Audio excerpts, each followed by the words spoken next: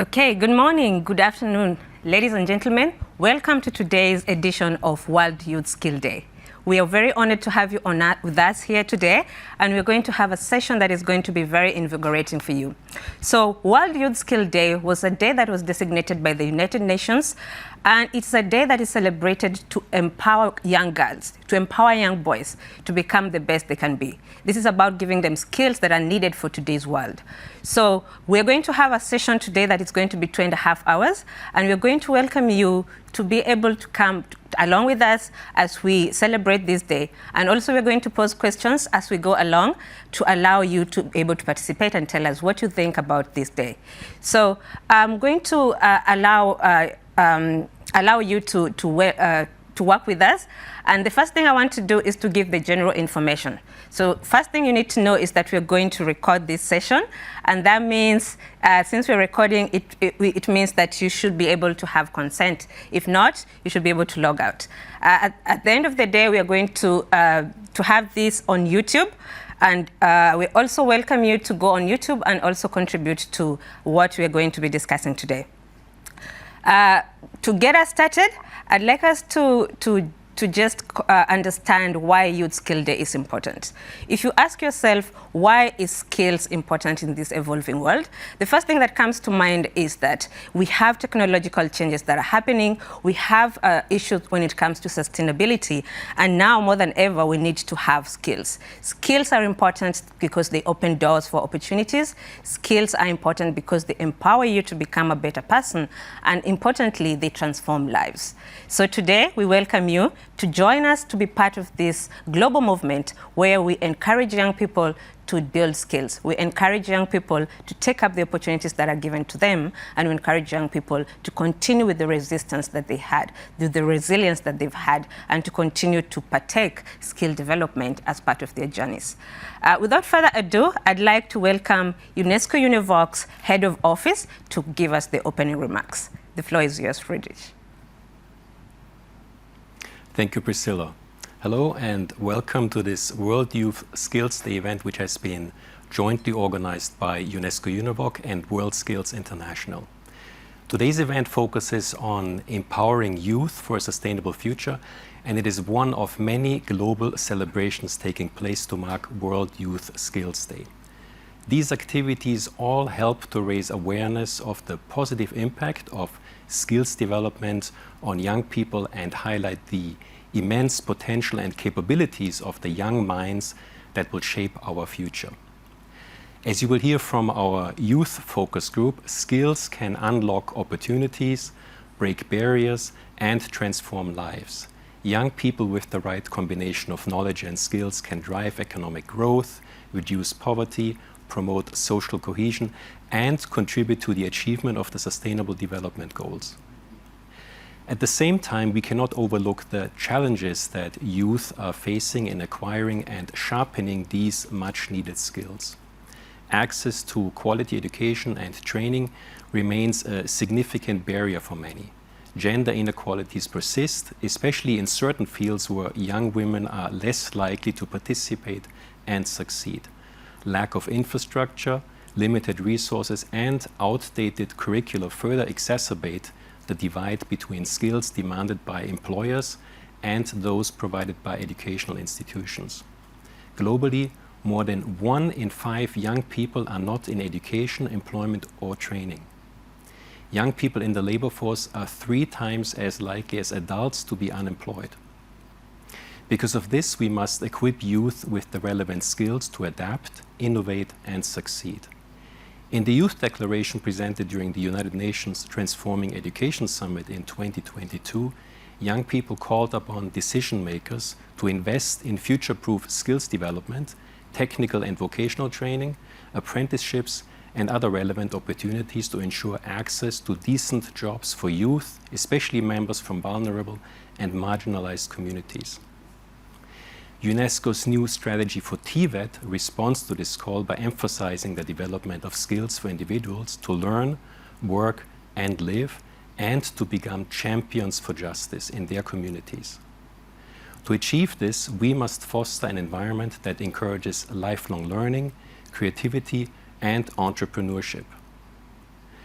During the next couple of hours, we will hear from young people joining us in Bonn and online about the support they expect from us and how we can better meet their needs.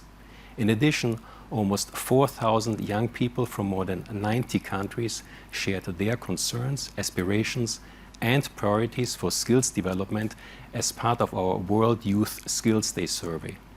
We will see some key results of the survey in the next session.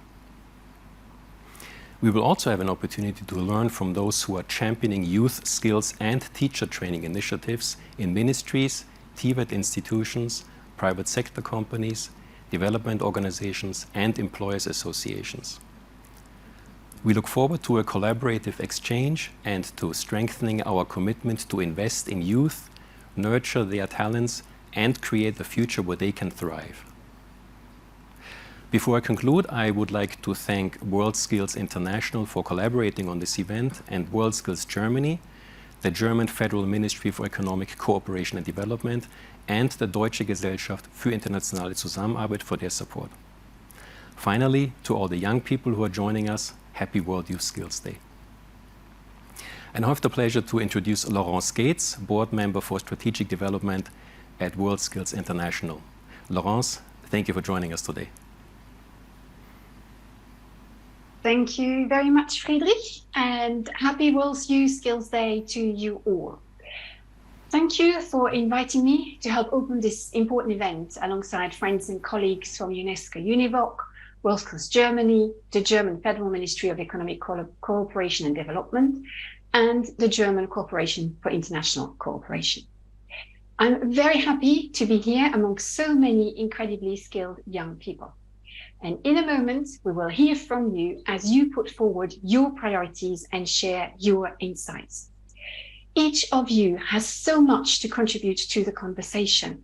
It is your perspective, your ideas, and your challenging questions that we need to hear today and every day.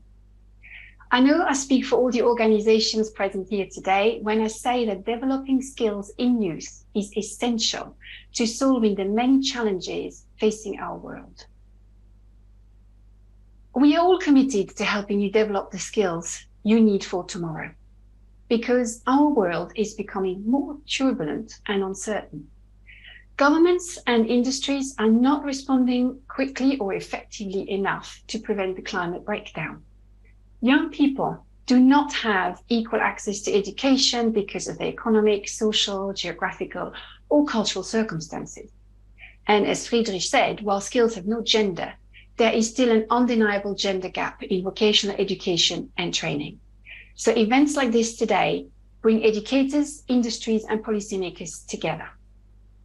Change will only happen when these parties work together to redesign our VET systems so they support sustainable human and economic development. Together, we need to explore new and equitable ways for young people to find out about skills and access world-class training so they can become the best they can be. Together, we know we need to inspire young people and show them the possibilities available in skills. We know we need to ensure equal access to skills because, as I said, skills have no gender. And we know we need to invest in young people. Governments, education, and industry must work together to increase access and opportunity.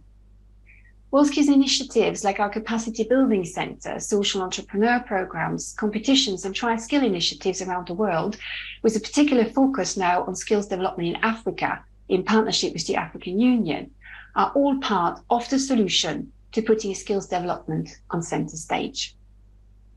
So thank you for including our WorldSkills champions in this important conversation. You will meet them shortly. They have experienced success at an early age, thanks to a deep commitment to pursuing a skill. They are the ideal representatives to remind everyone, including parents, families, teachers, mentors, and others, how fulfilling careers in skills can be. They show us that by investing in skills, we can help young people find happiness and confidence, as well as be better prepared for the jobs of today and tomorrow. So I cannot wait for our conversations to begin. But before we hear from our panelists, I would like to hand over to Mrs. Heike Kuhn, which is the Head of Division for Education at the Federal Ministry of Economic Cooperation and Development. So it's a thank you from me. I hope you'll have a great WorldSkills Day today. And dear Heike, it's over to you. Good morning, good afternoon, good morning to everyone here in Bonn and online from wherever you are joining us. And I'm delighted to be here with you today on the occasion of World Youth Skills Day. Today's event is a valuable opportunity to discuss the future of skills development.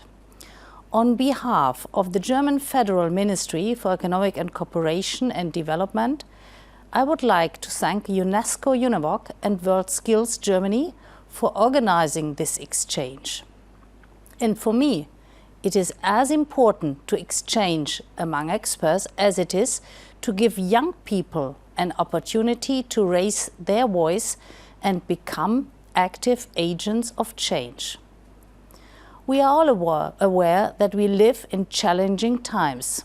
We are facing massive disruptions, political conflicts, wars, displacement, climate crisis, digitization, rising inequality. All these factors affect the way we live, learn, and work. The need for transformative education and training is becoming more and more visible, and therefore we must adapt educational systems worldwide to help them face the challenges of our time and make them fit for the present age and for our future. And this is why TVET is highly relevant. TVET has to respond to challenges and at the same time become a driver of transformation. But how? Just by contributing to the transition to an ecologically and socially sustainable economy. And this includes a determined shift towards the use of renewable energies and the greening of traditional sectors such as waste management, construction, and transport. To be clear, this greening process can only be realized with vocational training, reskilling, and upskilling. TVET, as well as training, is key to economic and social participation and, as such, an investment for sustainable development. And therefore, TVET is and will remain a cornerstone of Germany's development cooperation, guided by the approach of lifelong learning and the principle of leaving no one behind. Within TVET, an important aspect is digitization. During the COVID-19 pandemic, the use of digital technologies helped to mitigate learning losses. But within the pandemic, we have also seen existing inequalities in access to digital infrastructure, and we have seen gaps in digital skills. Therefore, we need to further invest into IT infrastructure, technical know-how and digital skills for all learners, especially girls and young women. And we have to address the topic of artificial intelligence. Finally, let us shortly focus on teachers. Teachers and trainers play a key role in TVET. They provide the youth with the knowledge, skills and values to prepare them for work and life. TVET teachers support a successful transition into the labor market. However, we are facing a global teacher shortage of 69 million. This includes TVET teachers. We must continuously attract, support and train TVET teachers. This means appreciation within our societies as well as attractive working conditions and salaries. Coming to the end of my speech, it is encouraging to see that the young generation is already showing a high level of social engagement. Young persons do present innovative solutions to respond to economic, social and environmental needs. Let us listen to them and support their engagement today. In particular, I would like to thank all the young participants who are joining in, person and online, for sharing their perspectives at World Youth Skills Days. We need them, we need you at the table when we talk about future skills development. Let us now dive right into rethinking TVET for a sustainable future. Thank you for your attention, and I will hand over to Priscilla. Thank you. Thank you so much indeed. We can say that from that introduction, we all can attest that skill development is an important factor, and we need to really develop these skills for young people. So I want to draw you into these conversations, and welcome to those who are joining us. We are streaming live on YouTube and also have the Twitter handle, which is @UNEVOC. We want to draw you closer to this discussion by allowing you to participate in giving your inspirations, in giving your experiences about what skill development is about. And what we want to do right now is to ask you a question. And this question, we want you to answer by giving your name, first name, and also the country where you're writing from, and tell us how has learning new skills made a difference in your own life? How has learning a new skill made a difference in your own life, both personally and professionally? What you write today is going to be very essential to give young people that motivation that they need to allow them to learn from what you have gone through. Your story is an inspiration to someone else. And just talking about it, we wanted to understand more about what young people are thinking about when it comes to skill development, their priorities in life, their priorities when it comes to education and training. And what we did was to draw a survey where we wanted to understand exactly how we can participate in developing these skills and what we can do to participate also in trying to bring in stakeholders that are necessary for skill development. So we did this survey, and these are the results that we got. So just quickly going through the correspondences that we had 3,710 responses from 101 countries. So that means that the representation was very good, global representation. And from what you can see on the chart, the age of 15 to 19 years was 53%, which is very remarkable because we don't usually get to hear from this age group. And most importantly, we disaggregated this data into gender, and we can see that 53% of the participants came from girls, and 47% was from males. And then what we wanted to also find out was the motivation. What motivated these young people to participate or to enroll into TVET? And what came out clearly is about the potential job opportunities after training. Then they said they want more, they enrolled in TVET because of the more practical trainings, as well as industrial and work experience that they get through TVET. It's also worth to note that parents do play a very important role when it comes to selection and enrollment of TVET. So we need to engage them, we need to invite them into the discussions that we have. Then we looked at the field of study. What exactly are they studying when it comes to TVET? And it's very encouraging to see that engineering, manufacturing, and construction, they feature prominently in terms of what the young people are pursuing currently, followed by ICT and also education. Just worth to note that services are not as common as we would have hoped, or we should actually try to understand why is this statistic like this. And if you look at the disaggregation further, you can see the pink column is the girls and the blue one is the boys. So what are we saying? We're saying that girls have really taken up a lot of engineering and STEM-related TVET. So we want to try to delve deeper. And maybe this is because of all the work that has been done in terms of creating awareness in terms of STEM and allowing more girls from disadvantaged groups to come and join STEM-related TVET and showing that it's possible to do it. So that is very interesting to see. And then we looked at what are the most important skills for young people. And we can see from the graph that technical skills tied with communication and interpersonal skills. So it means that young people can actually say interpersonal skills as equally important as technical skills, followed by critical thinking as well as entrepreneurial skills.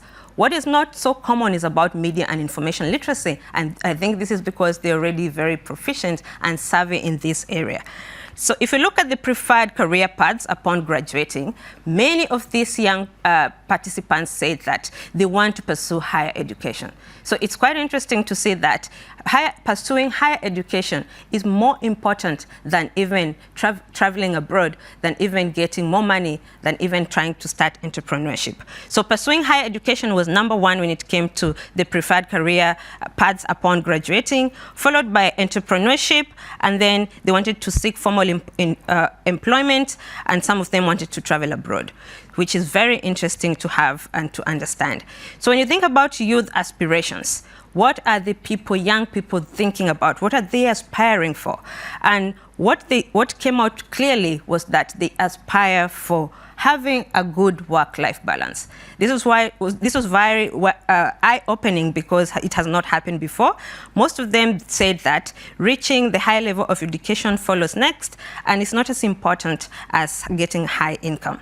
So we can actually say that young people are very prone to understanding what is good for them. They want life-work balance, and they don't really care so much about high incomes, as long as they get that work-life balance. And then we looked at the biggest challenges faced during training. So they have the opportunity to train, but what are some of the biggest challenges they face? And most of the people who participated in this survey, they said financial constraints are the biggest challenges. So this is in terms of getting school fees, getting opportunities to do higher learning, etc.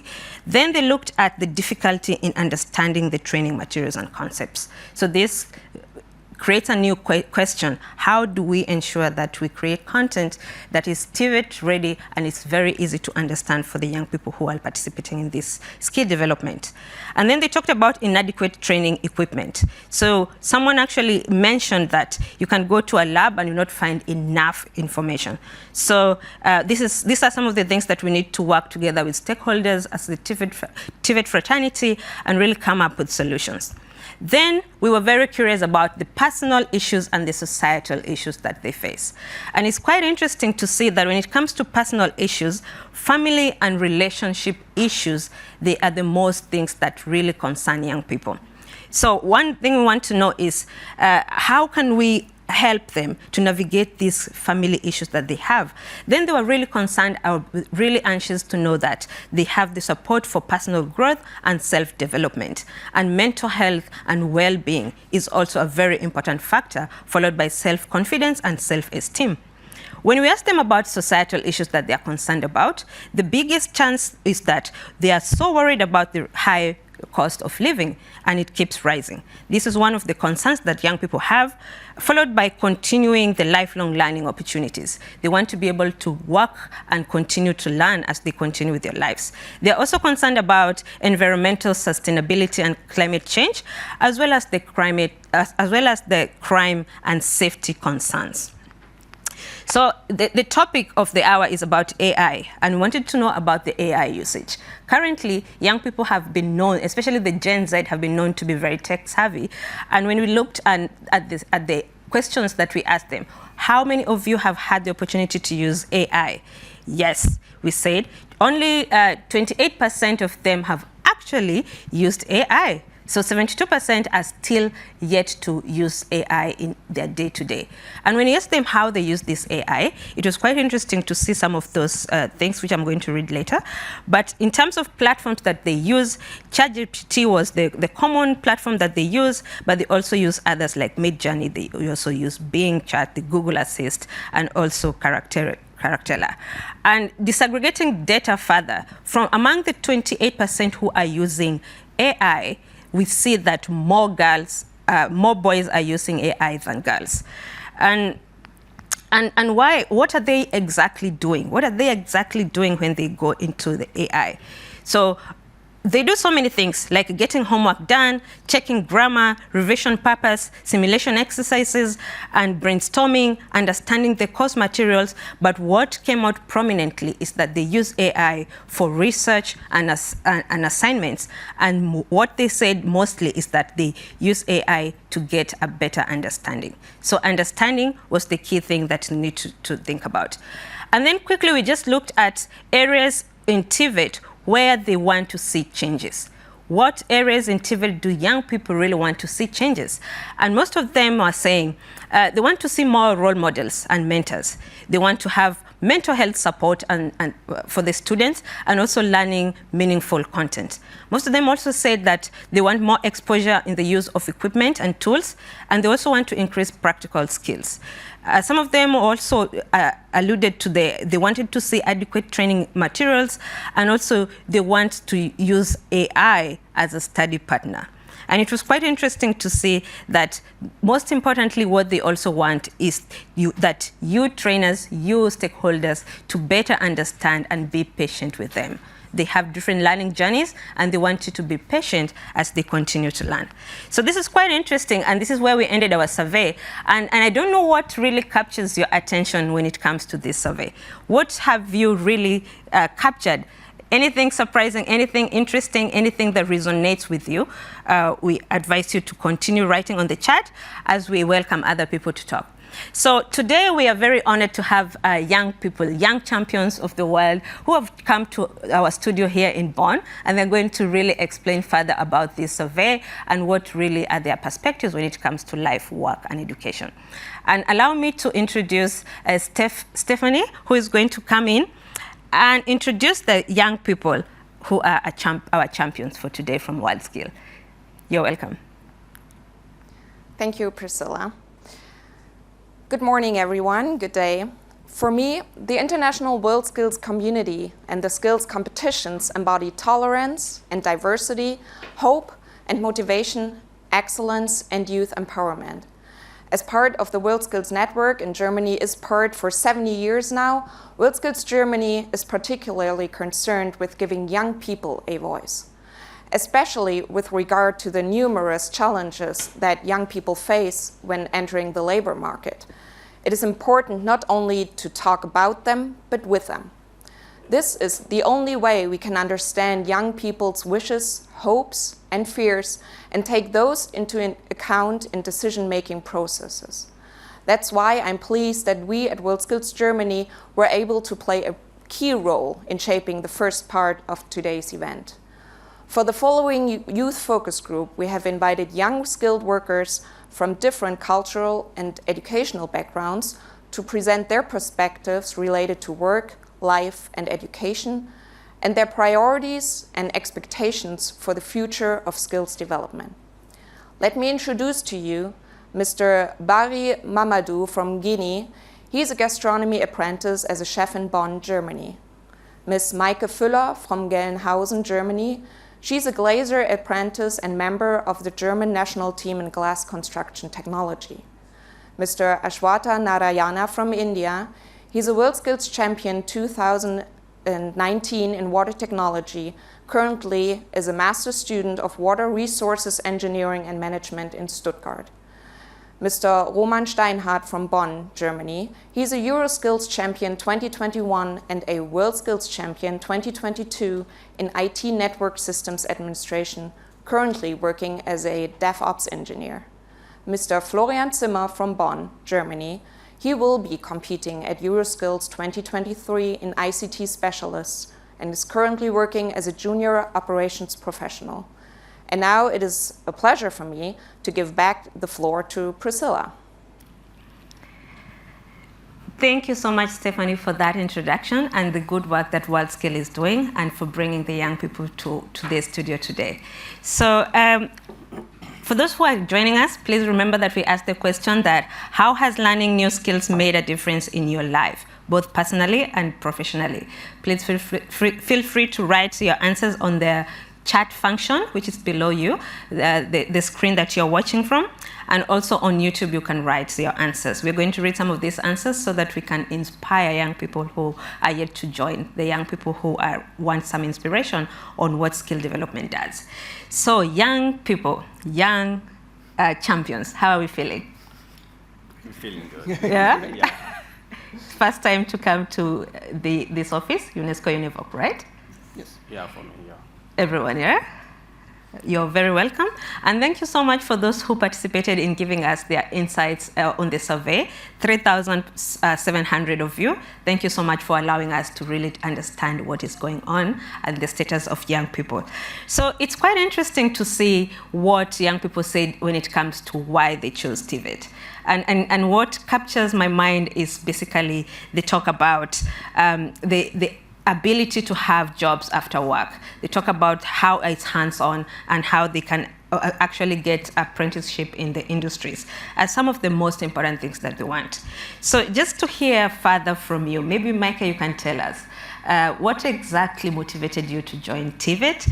And secondly, do you have any plans for work, and what do you want to aspire to become? Yeah, so after I took my A-levels, I didn't really have a plan, so I took a sabbatical. And during that year, I worked a lot in the garden. So my first plan originally was to study gardening. And I did that, but only for half a year, because I was missing the application during in university.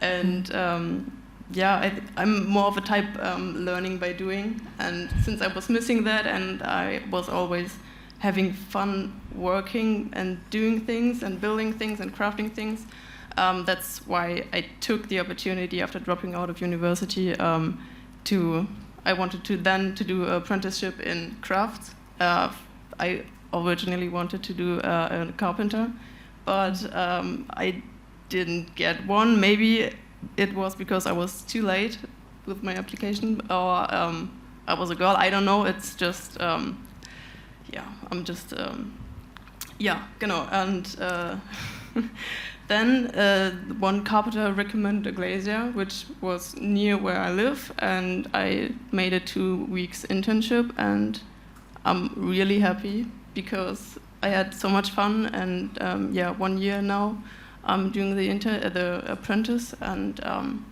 it's really good, and I never regretted that decision.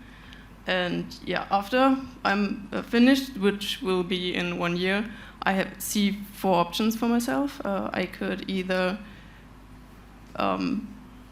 go back to university and study again in the same field to enhance my knowledge, or I could go again to school to take my master or technician's diploma. With the master diploma, I could be working in the planning field, or I could even start my own business. And the 4th option I see for myself is working as a teacher, and then go to an apprentice school. Yeah. Thank you so much. It's actually very clear what you're saying, that skill development allows you to have many options. It opens doors for different opportunities. And I wish you all the best as you pursue your glazier apprenticeship and also a career ahead. And when we think about, and I want to go to you, Barry. I know you're the gastronomy apprentice from Guinea. Yeah. And I wanted to ask you, because we saw that a lot of young people were very interested in interpersonal skills, and equally they also wanted to get technical skills. So to you, which do you consider, or do you consider a particular skill more important than the other for yourself? Hello, everyone. Yeah, I think for me, the skills is more important for which I decide to choose to become.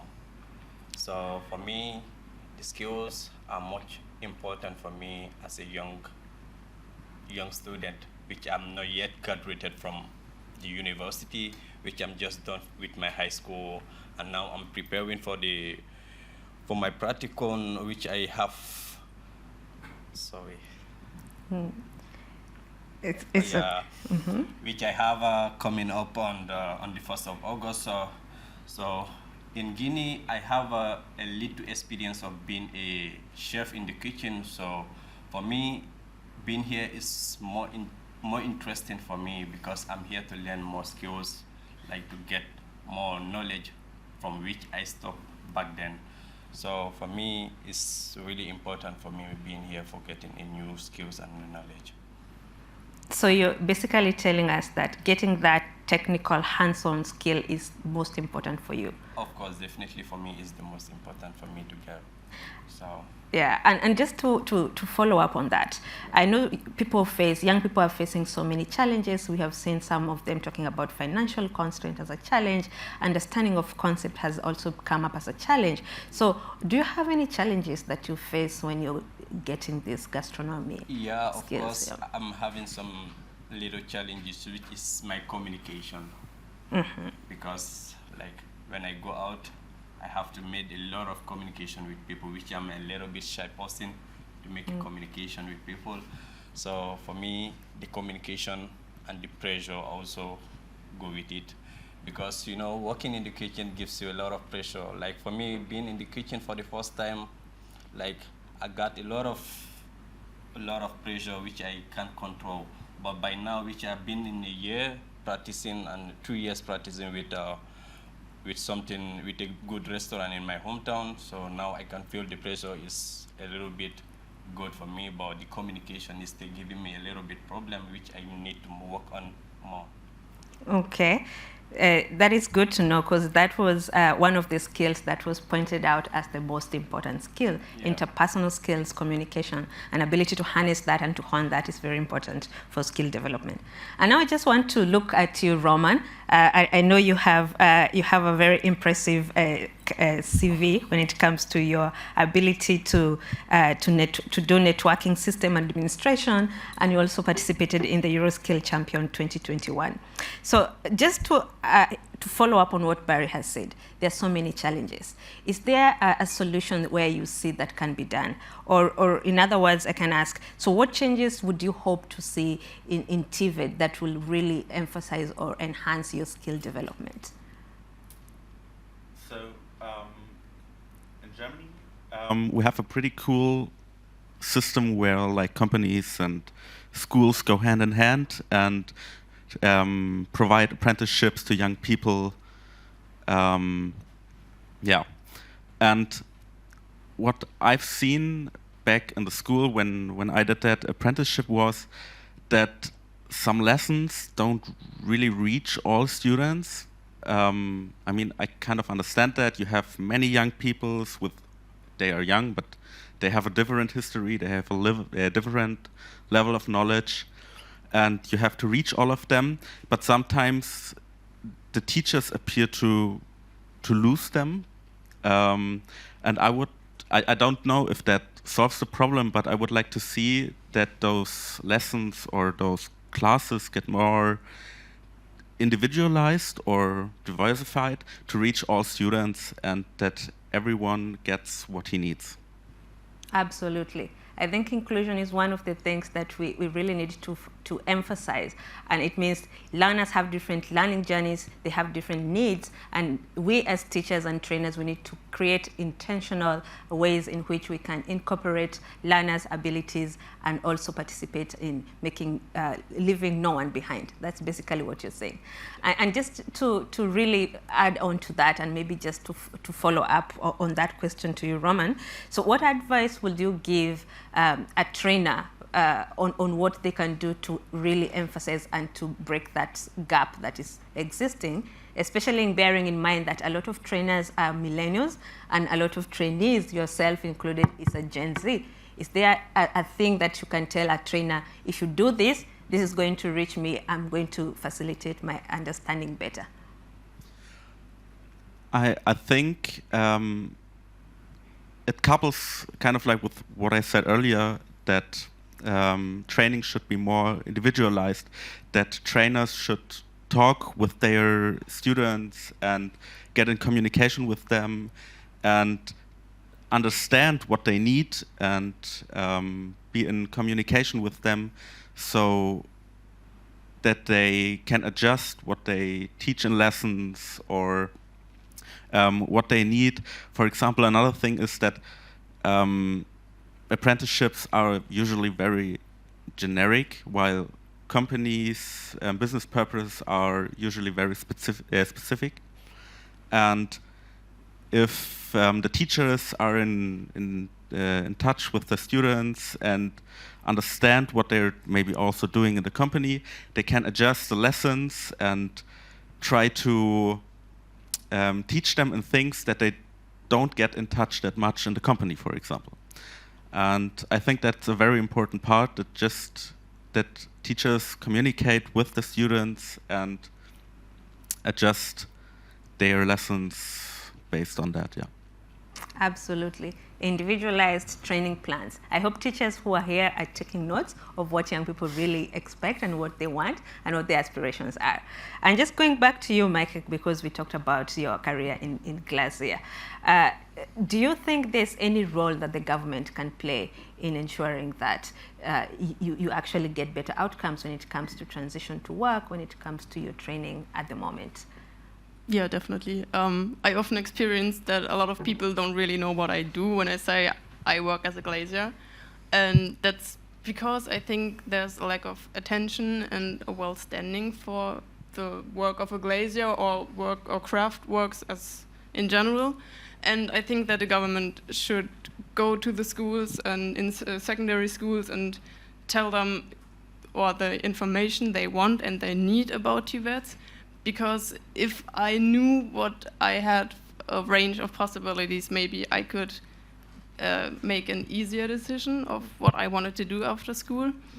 And yeah, by that, a lot of people would maybe, because I really like working as a glazier, and maybe young people then also would take the chance and join TVET as a glazier. And by that, maybe more people, that would be a need of more schools, and that would mean maybe a better infrastructure. And because I have a long way to school, I have to travel, because there are only 2 schools in Germany where you can learn or have the training for glaziers. And I think it would also be a nice side effect, because more schools would mean like a competition between the schools, and that would make maybe better learning or more learning. Yeah, that's what I think. So I think the government representatives who are here can attest that what Michael is saying is that you need to create opportunities for career information where people can easily access that information, and so that they can choose the paths that they want. And quickly, just to go to you, Aswatha Narayana, we know you participated in the WorldSkills Champion 2019 in water technology from India, and you won a gold medal. Congratulations. Thank you. So please tell us, how was the experience like, and how has this really helped in development of your skills? Yeah, in my journey as a competitor for WorldSkills, I have trained for the skill water technology, and the experience and everything, the journey has been quite transformational to me. And when it comes to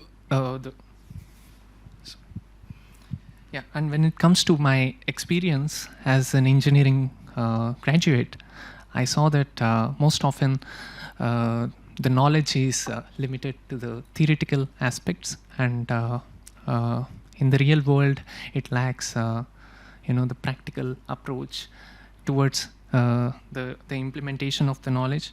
And hence, I strongly believe that bridging the gap of knowledge and the skills is very important, and I believe the apprentice trainings and the competitions can do a lot in solving this, in bridging the gap between the thing. Yeah.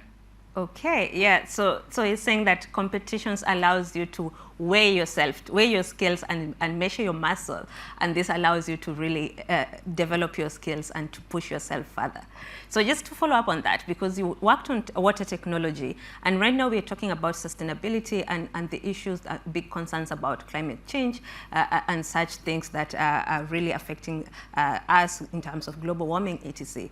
So what do you think young people can do to participate in increasing sustainability? Yeah, I think more than ever before today we talk about the climate change and the sustainability concerns, the practices and their implementation. And what I feel is most often we fail to recognize the gravity of the issues. So first of all, acknowledging that there is a problem is very important. And for instance, water being one of the most critical resource. Most of us who have the privilege to have access to clean water and the usage of water every day, we don't pay attention to those tiny things like leaving the tap open for a long time. So things like these are very tiny things, but if we can pay more attention to these things, there can be a change as well. And I think young people can play a huge role in bringing this change in the communities with their knowledge and expertise, what they learn in their trades. So they can also, from their own domain, they can implement more sustainable practices, and at the same time bring more awareness to their communities while they follow these things. Okay, thank you so much. I think it's just about turning the water off when you're brushing your teeth. Just start from there. Charity begins at home, right? So quickly, just go to you, Florian. And I know you're an ICT student and also going to participate in the competition in a few months to come. And you saw that AI is interesting, that it's only 30% of the participants who have actually interacted with AI. So to you, have you interacted with AI, and how has it affected or enabled your enhancement of your skill development? Yeah, for me personally, AI has definitely greatly changed the way I learn and I use it in my everyday life. I've implemented it everywhere, but the thing is with AI, the trick is in actually mastering it. Like, there's always many tools that we can use in IT, but actually mastering is the real trick. And that's also one thing that, like, I advise teachers and also like people who work on curricula is implement it as fast as possible, because it's changing our society and we'll have to learn to use it. And it's really like interesting to see that not that many people use it, because in my field, in IT, it has definitely been a game changer. It's basically like a personal teacher. You can use it as a personal teacher, just what Roman spoke about. It is a teacher who is like highly individual. He has always time for you, and you just have to know how to use it. So I like to use it, for example, also to solve problems.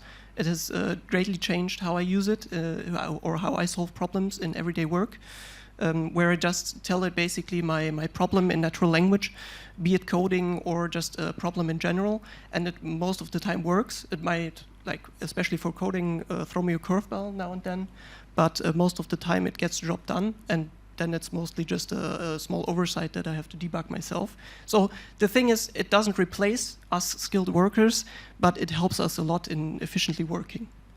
And it can be extremely useful, but you also have to be careful, obviously, with the data you provide, especially in a field where I work. You have to be careful, like, with what data you provide. The company right now, it's just not on-premise or anything. It just goes into the ether. And future AI models will be trained on that, so you have to watch out for what data you give it and feed it.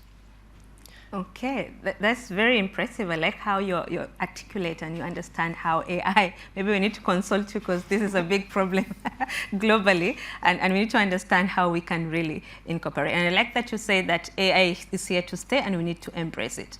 So I know Mr. Friedrich, who is our head of office, talked about having 1 out of 5 students, 1 out of 5 young people are not in employment, they're not in training, and these are the people we really need to be talking to.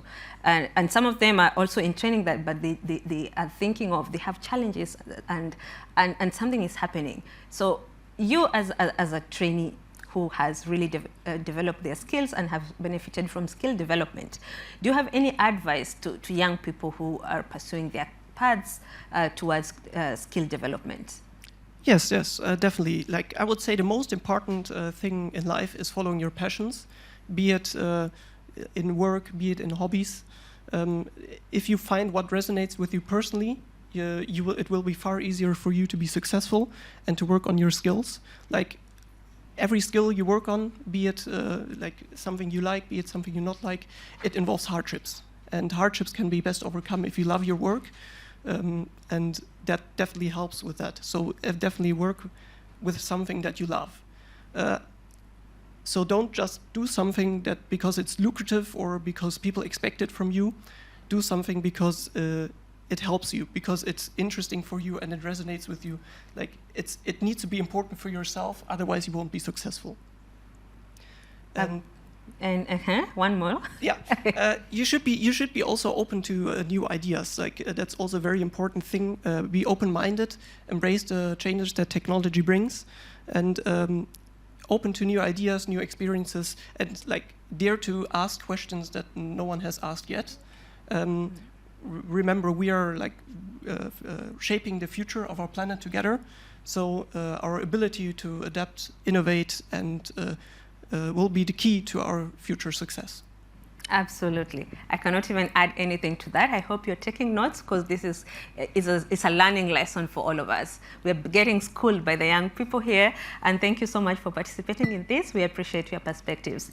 And we asked a question to you, the audience. We asked a question on how skill development has helped you or made a difference in you personally and professionally. And I'm just going to read some of the answers that I see coming through. That we have Joseph, who has said, learning new skills opened up many opportunities in school for me. The more skills I learned, the more leadership positions I was able to acquire. Then we have Abdul Razak, who is saying it helped me to remain relevant in the sector and harness opportunities in the sector.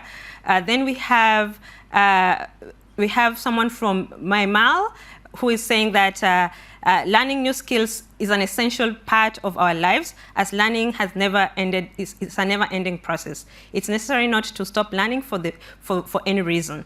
Then we have Jeremy from Canada, who is saying learning new skills and competencies has and continues to give me the knowledge, skills, and behaviors that have assisted me to transform the TVET sector in Canada. And we have let's see, we have Jay from New York, who is saying that learning new skills has opened doors that in some cases I did not know existed. Keep sending your inspiring stories, because this is what young people really want to hear, and this is what is going to allow them to take up new challenges and to continue to work with us. So as we continue, I'd like to thank you all, first of all, for allowing us to see what is happening in terms of live work and education. And I know we have taken notes. We have different stakeholders here who have helped us to really understand what is going on. So as we quickly go on with the program, we are going now to look at a short video from the campaign that we just had. And this short video is just young people talking about more of what we've had today, more of what we had from the plan that we got.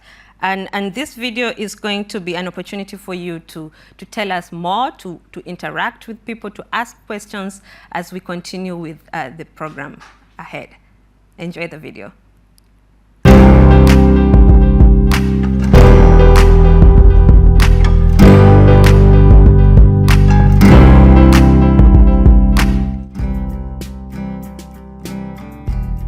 They need to learn the practical implications of real-life projects. So get them involved with actual life projects or get them internships, and this is the way that they will be prepared for the industry. It is important that the training students are acquiring is not outdated and the education system is moving at the same pace as the industry. I think you could get higher feedback and more receptiveness if you listen to students and create a space and environment where they can learn from what they actually would want to do. I would like them to introduce mentorship programs. People who've made it in life should come and talk to us about how they did it. They could provide us with simulation training through the use of technologies like VR. This could bridge the gap between classroom learning and real-world application.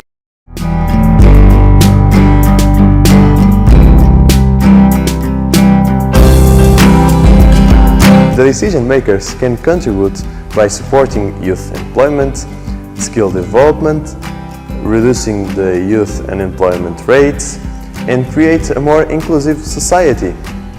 I think decision makers can help improve this by giving us more funds, financial support. Decision makers should help promote student projects, help bridge the gap between TVET institutions and industries by encouraging partnerships. Darnos más oportunidades para nosotros poder tener una noción empresarial y poder crear nuestras empresas, mejorar en el tema económico de nuestro país.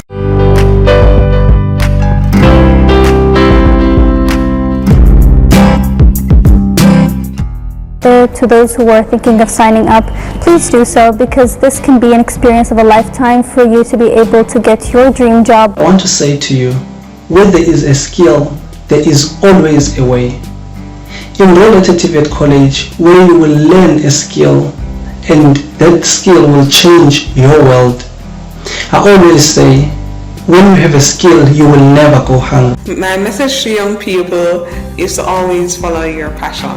And my recommendation for anyone who knows what they want to do in life is pursue it. Go find it. Go find a vocational course that can give you the skills that get you into that sector, and don't stop. Keep going until you get what you want. Happy World Youth Skills Day.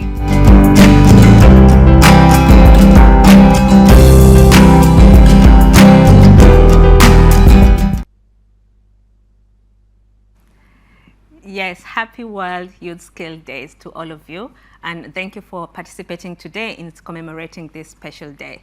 So we understand that TVET plays an important role when it comes to skill development. And in our next panel, we really want to try to understand and see how we can address some of these challenges that we have seen young people put across. They have also talked about their aspirations, but is it that easy to just come up with solutions? We are going to look at possible challenges, the possible solutions that we can give, and we are looking forward to also you participating in telling us what you think about this topic.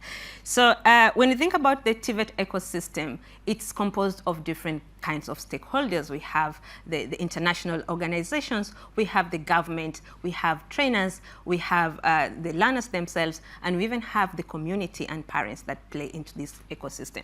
And all of us have the opportunity to contribute to development of skills for young people, and we can do this through various means. So in studio here, we have our guest today. We have Ms. Samira Bura, who is joining us from here in Germany. She's the policy officer for the European Federation of Education Employers. And to my left is Mr. Mohamed Amin Faiz. Mohamed Amin Faiz is the technical advisor at GIZ. And joining us live, we have we have two more participants who are joining us. And one, to start with, we have Mr. Afero Ishmael. Afero Ishmael is the Associate Professor, the Department of Engineering Education, Faculty of Technical and Vocational Education, University Tun Hussein on Malaysia. And also we have with us, joining us from Jamaica, is Ms. Sonia Hill. Ms. Sonia Hill is the WorldSkills Champion Trust, and she's also the regional representative for America competitor, and also a competitor in the mobile robotics. She is now currently transitioned from being a trainee and now working in the renewable sector. Thank you all for joining us in the panel today. And I just want to jump right in and just get to this discussion that we just started with the young people. They talked about a diverse skill set that is required to enhance their development in skills. They talked about technical skills are equally important as the interpersonal and communication skills. They talked about entrepreneurial flair. They talked about ability to have critical mindset, and also sustainability literacy. So just to go straight to you, Mr. Afero, who is representing the trainers and the teachers globally. You're going to be speaking on behalf of many teachers. Tell us, are the trainers ready to respond to these needs that young people are talking about, and also to respond to the ever-changing and evolving marketplace that we see today? All right, thank you, Priscilla, for the question. So on behalf of the educators around the world, basically, I would like to say that in the current educational landscape today, educators encounter numerous challenges when it comes to delivering quality and effective curriculum, especially when faced with the technology-savvy Generation Z and Alpha cohorts. So I would like to share our study conducted in 2021, which is one of the coalition projects funded by UNESCO-UNEVOC in 6 countries, which are Malaysia, Indonesia, Thailand, Iran, China, and Maldives. So our study revealed that educators have expressed a strong need for specialized ICT training, specifically in the areas such as creating and developing digital learning materials and fostering entrepreneurship skills. And from this study, we believe that educators should receive training within real business environment, in this context, digital business environment, enabling them to enhance their professional development and effectively support their students. Therefore, providing educators with ICT skills is very important as it enables them to manage their classroom more effectively and efficiently, and thus benefiting their students' educational journeys, as we know that most of the jobs out there are IT-related occupations. Yeah, thank you. Thank you so much for bringing that forth. We understand that entrepreneurship is very important, and if the trainers are able to develop these skills, they can really transfer this knowledge to the young people and really enhance their skill development. Thank you for that intervention. And I'm just going to ask you, Ms. Samira, because you're just sitting next to me, and I know you work within the Employers Federation, and also specifically working with trainers, teachers, etc. So are there any pressing challenges that you are currently faced by employers in this industry and the different industry you work within? Thank you very much, Priscilla. I'm very honored to represent the European Federation of Education Employers here in this great panel. We are the representation of education employers throughout in Europe. So we are at the source of the experiences, the challenges our members, which include ministries of education, VET colleges, VET schools, which they meet in their daily lives. So one of the challenges is certainly the lack of teachers, the shortage of teachers in Europe, but also worldwide. We have come to witness this, especially during the COVID-19 pandemic. Teachers are vital in order to not only provide learning, but also skills. And in this regard, we have witnessed in Europe, for example, according to the publication of the European Commission, Teachers in Europe, an oversupply in some countries, for example, in the UK, in Cyprus, but also the exact opposite, namely a shortage of teachers in Hungary, in Austria, in the Netherlands, and in Germany. For example, in Germany, we have a lack of 12,000 teachers across all levels of education.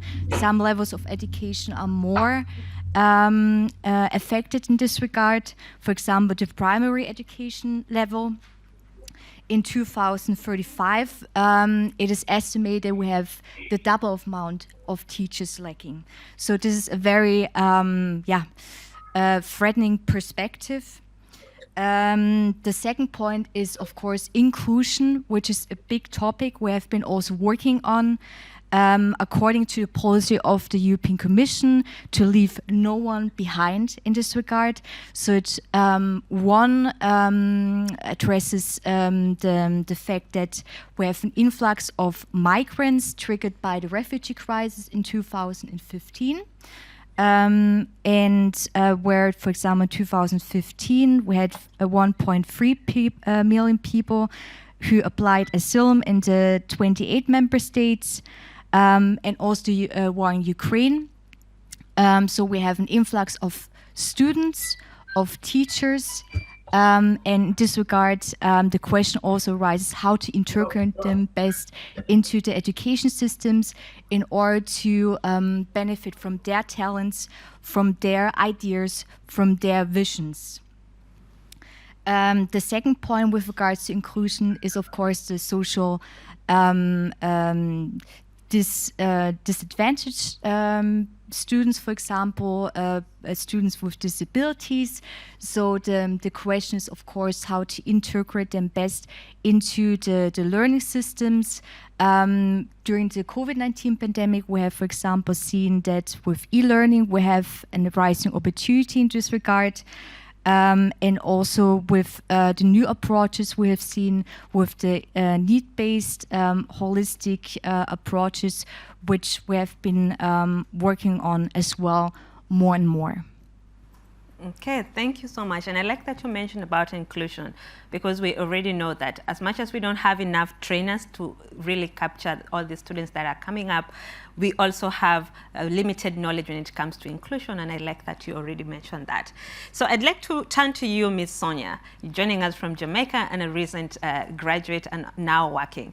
So in terms of your transition from school to work, were there any challenges that you encountered when you were doing this?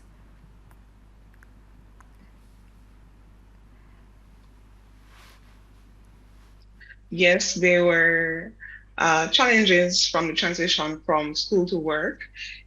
However, it was a wonderful learning experience. There were certain skills and knowledge gaps that hindered my performance in the work environment, regardless of having completed an engineering degree.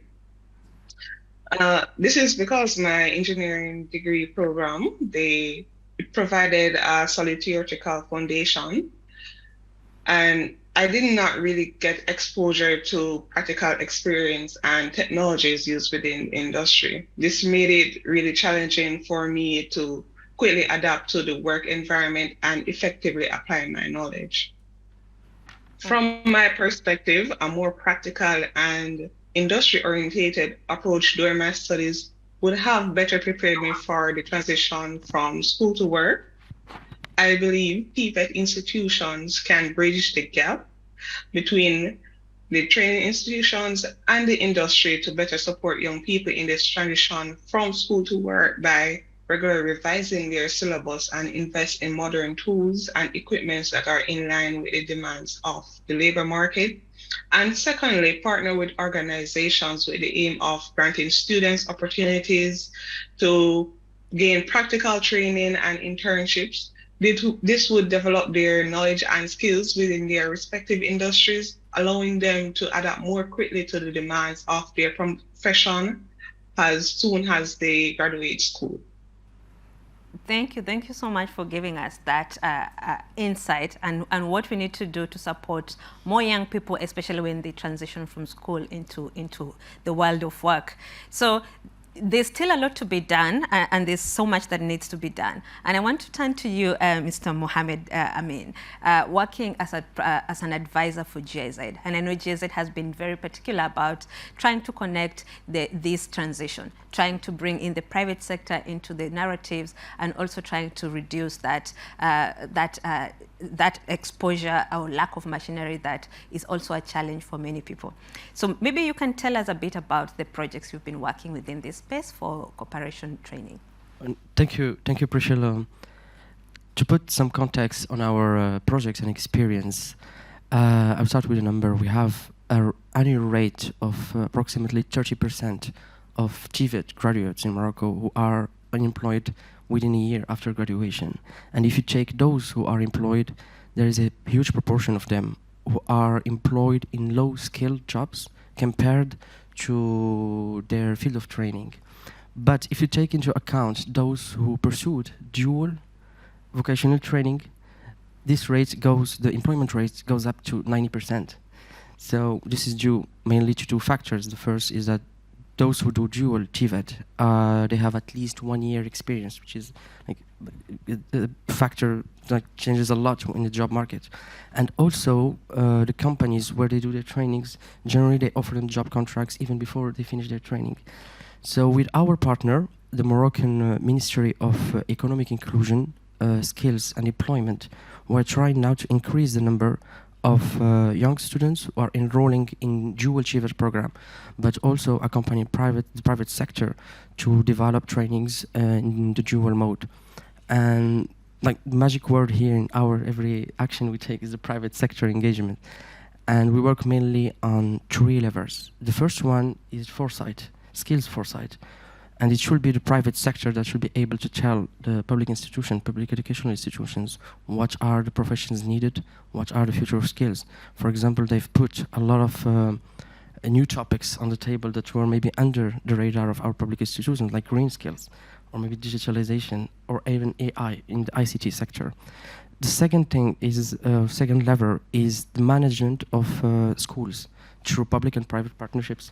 We did it in 3 major sectors: automotive, aerospace, and textile, with amazing results. Also with more than 90% of enrolled graduates who are employed sometimes even before the end of their curricula. And the third lever is developing apprenticeship. Developing the dual TVET is about developing apprenticeship places in companies. So the public institutions also should offer incentives to private companies to enroll apprentices. Thank you so much, and I like that you mentioned really about the key things that we need to do, especially when it comes to this transition and what GIZ is doing. But just to dig deeper into that, we understand that not a lot of people have the same economic prowess, and so many challenges that people keep facing when it comes to skill development. And one of the issues is inclusion, and people from disadvantaged backgrounds. I don't know if you had that experience in Tunisia. You find that they are not equally advantaged like the people who will be in a different region. And sometimes we wonder, how can you ensure that we have equal access of skill building opportunities, especially from young peoples from very diverse backgrounds? Well, ensuring equal opportunities is the cornerstone of every social and economic development. And even when you talk about just transition, we should talk about ensuring equal opportunities for everybody. So in that matter, now for every educational or training policy design, we should always address the systemic barriers that some categories like socioeconomic factors or maybe gender or race are putting barriers for a lot of young people to have an equal opportunity compared to some others. For example, those systemic barriers can be infrastructure. To give an example, in Morocco we had a huge dropout rate for young girls in rural areas. And when we dig into that, we understood that it was mainly because of the lack of public transportation. So just with a shuttle bus service, free meals at lunch, we managed to decrease this number significantly.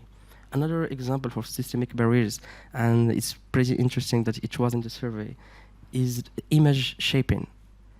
And having role models is very important for minorities or people who are sometimes excluded from the conventional communication about jobs and careers and professional success. And having those role models can be also very significant in ensuring that those categories are included. For example, women in tech. We have also a program in that in Morocco, and it's really having amazing results because we are connecting young girls with women who have succeeded in tech. And it helps them orient also their careers toward IT trainings and IT careers, which have a huge demand now in Morocco.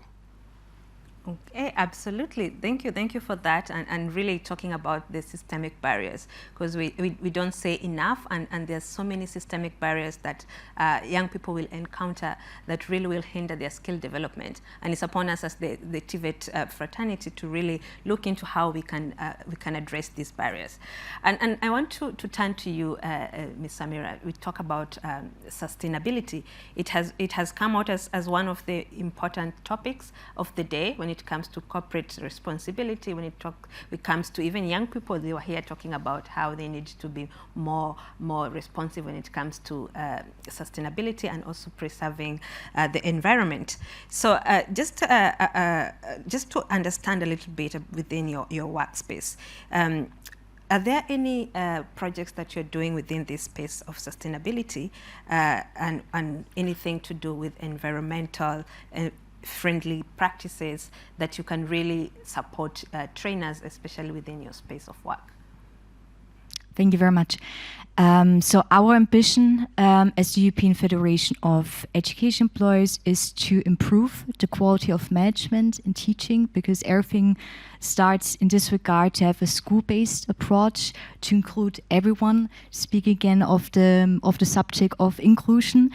In this regard, we apply for yearly projects in the framework of the European Social Dialogue Call, which is sponsored by the European Commission, but also the Erasmus Plus program.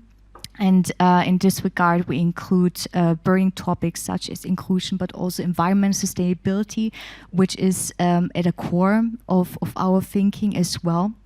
Having the green agenda on the international level in mind, but also the European Green Agenda and the European Year of Skills, which was recently launched in May.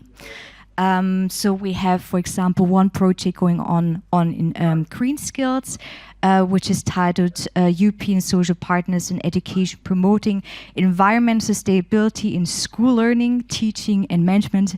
A very long title, but a very interesting one, as we explore the various levels within the school community, namely management, teaching and learning. So how can we bring everyone on the table to pursue one goal in terms of fostering environmental sustainability in the school setting.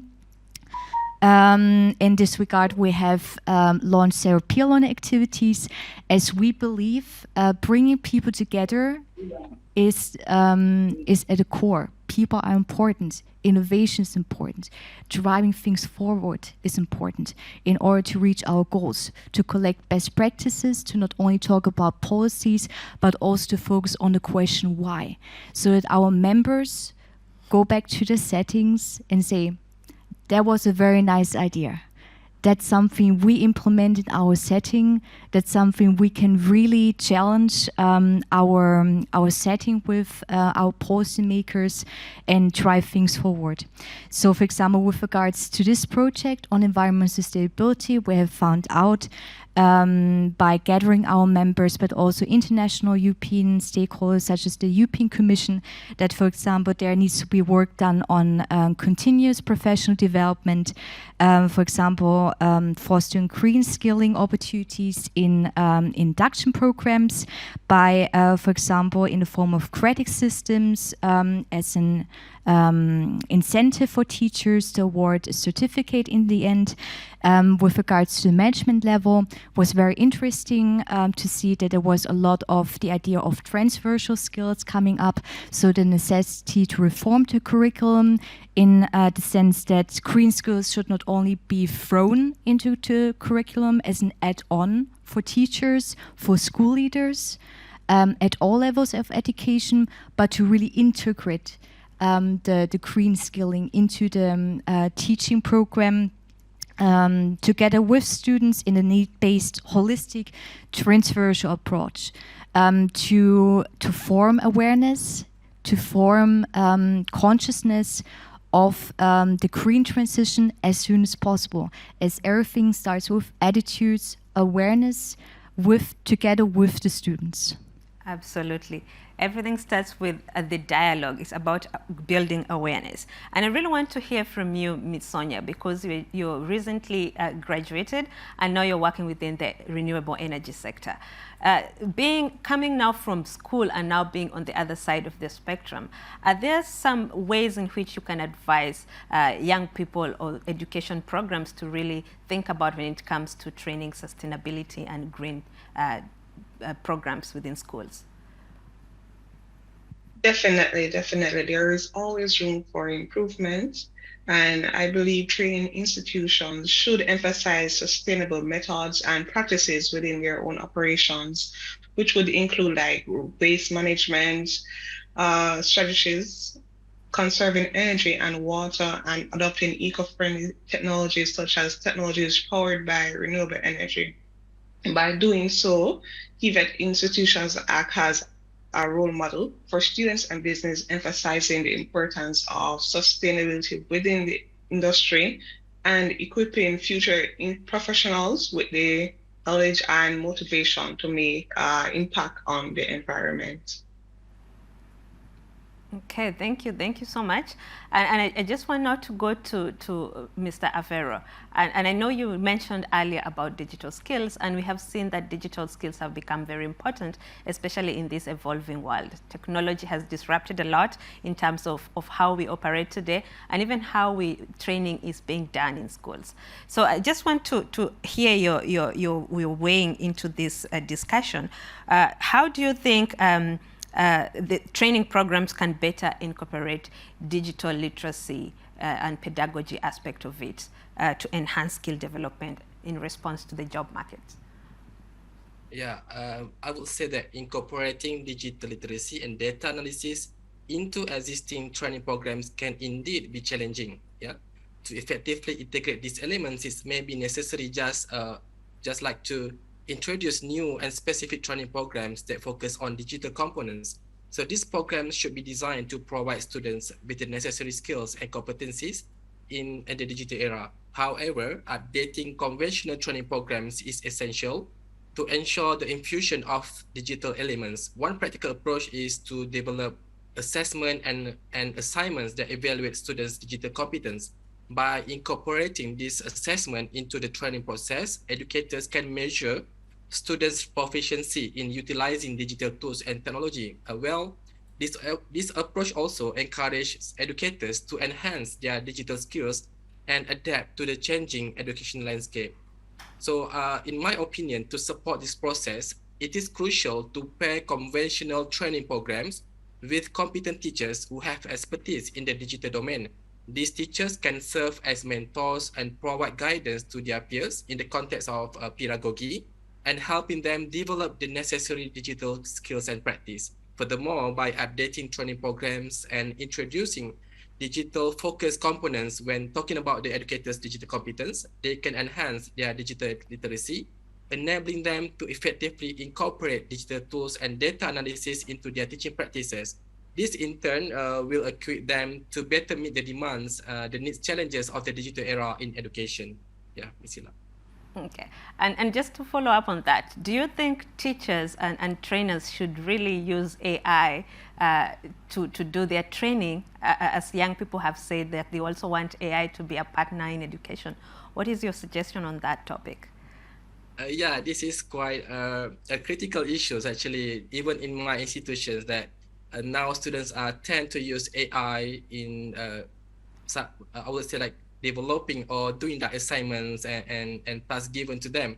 So we have come to a conclusion that AI somehow it helps and benefits to the students in certain way, but at some point, sometimes when we do rely on the AI too much, so we might lose some of the knowledge and skills component. So I would say that this is quite initial stage of using AI in our teaching and learning process, but I believe that in the future, AI will become dominant in our teaching and learning session. Thank you so much for that, and I think it's just an opportunity for us to keep thinking about how we incorporate the new technologies that are coming on board into our TVET and training systems. So I want to go to you, Sonia, again, because I know that you being a student, you really give us a lot of insights into the world of work. And I want to bring in the topic of lifelong learning, because it was one of the topics that young people talked about. They really want to be involved in and they want to work on it. And they want to become learners throughout their life. So have you thought about any learning that you want to do beyond what you are currently doing at the renewable section or the renewable energy work that you're currently doing? How is lifelong learning important to you? Well, it is definitely important to me because I still want to develop my skills within the renewable energy sector, seeing that the only thing I am focusing on now is just solar energy. So I want to step out into like wind energy and so forth. And training institutions, they can facilitate continuing education and lifelong learning opportunities support the ongoing development and adaptability of the labor force by regularly revising their syllabus of their program in line with the labor market demands so that students can be equipped with the knowledge and skills required to succeed in their respective industries. Secondly, to bridge the gap between TVET institutions and industries, these institutions can integrate apprenticeships and internships into training programs. Through this program, there would be opportunities for everyone, especially young people, to gain hands-on experience with developing their critical and problem-solving abilities. This collaboration would ensure that the labor force is well prepared for meeting the demands of the evolving job market. This in turn contributes to the development of businesses as they maximize their productivity, while on a larger scale, a skilled labor force drives a country's economic growth. Thank you. Thank you so much for that. And I believe lifelong learning is an important topic, especially when it comes to TVET and skill development. We're not just talking about the young people, we're also talking about after transition from school to work. Do you need to harness your skills? Do you need to develop your skills further? And this is an interesting topic. So I just want to hear from you before we go to the audience. If you have any questions, audience, please write your questions because we can take it to the panel. They can answer some of these questions for you. And I want to hear your advice. I know young people talked about having that life balance, having that work-life balance, and being a very important aspect, which is more important than even getting the money, which has always been the assumption. So what advice would you give to young people when it comes to life and work balance, or even the trainers on how they can be able to incorporate this into their training programs? Well, it's a very important question, because it's now for young people, especially new generation, it's a very important thing to have a purposeful job, to have this balance when we think about it, honestly, we think about sometimes just guidance and mentorship, because it's really important to have those career building advice and insights from someone maybe you can relate to, someone you think or you see your image maybe in the future in that person. And having those mentorship programs might not be like one-to-one mentorship, it's sometimes just conferences and exchanges, and it's really important for people to know exactly what they should do, how they should think about a career and not just a job, and how that career fits the general picture. Yeah, and I believe sometimes when it comes to lifelong learning, it's about your ability as a person to really enjoy what you do, be passionate about the kind of work that you're doing, and that way you'll not feel like you're working. They always say that you don't feel like you're working a day. So keep sending your questions. I want to take 2 questions as we continue, and maybe just to. I'm just going to ask random questions to just listen, and then you can jump in if you feel like you have the answer. So Mr. Abdul Razak has asked a question. When you're giving people recognition for prior learning and certification for skilled workforce, especially for the non-informal sector, how can we go with that? How can we solve that question? So when it comes to recognition of prior learning, so TVET is known to really be part of the inclusion, where it allows the people who have different kinds of skills to get certification equivalent to the kind of knowledge and skills they have. So when it comes to that topic, Abdul is asking, how can we ensure this is done, especially for the informal and the non-formal sector? Well, informal sector is a huge part, for example, for our economies. And skills recognition is a tool today with specific and targeted policies and solutions that are done to include people from the informal to the formal economy. And in this, for example, to give a practical solution, we start a training of trainers to start conducting, how can I, what's the word? Those recognition of skills tests for 5 sectors now, and we are having good results in that. And yes, well, it can bridge, honestly, between, we are seeing it as a bridge now between the informal economy and the formal economy. So yes, also we add that to lifelong learning and access to continuous education with those kinds of certificates that you can have after you have your skills recognition certificate. It gives you an opportunity to evolve also in the formal economy. Yeah, thank you. Thank you so much. I think recognition for prior learning, especially to the informal sector, is an interesting topic. And many governments have been working on this topic, including us at UNESCO-UNEVOC and UNESCO at large. We work on this topic closely. And the biggest challenge has always been trying to balance the qualification criteria. But it's good news because we are already doing that. And I believe young people are going to be more interested and they're going to be more included especially in skill development by recognition of the current skills that they already have.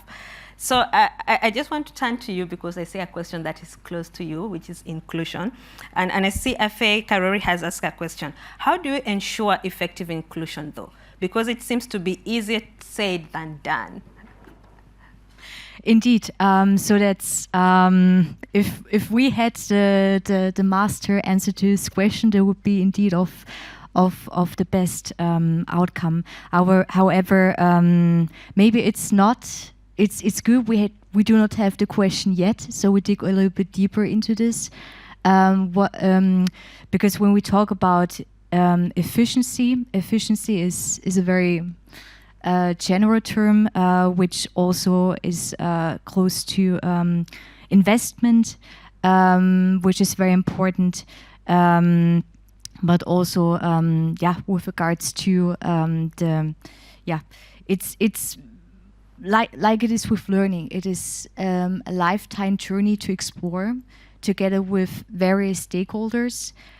Because every stakeholder has different ideas, different means of investment, and so it's important to dig a little bit deeper in this regard, and especially do mapping, which is the very first step, because especially with regards to the subject of disability and the IVET sector, and in general the school sector, we are, generally speaking, still at the start.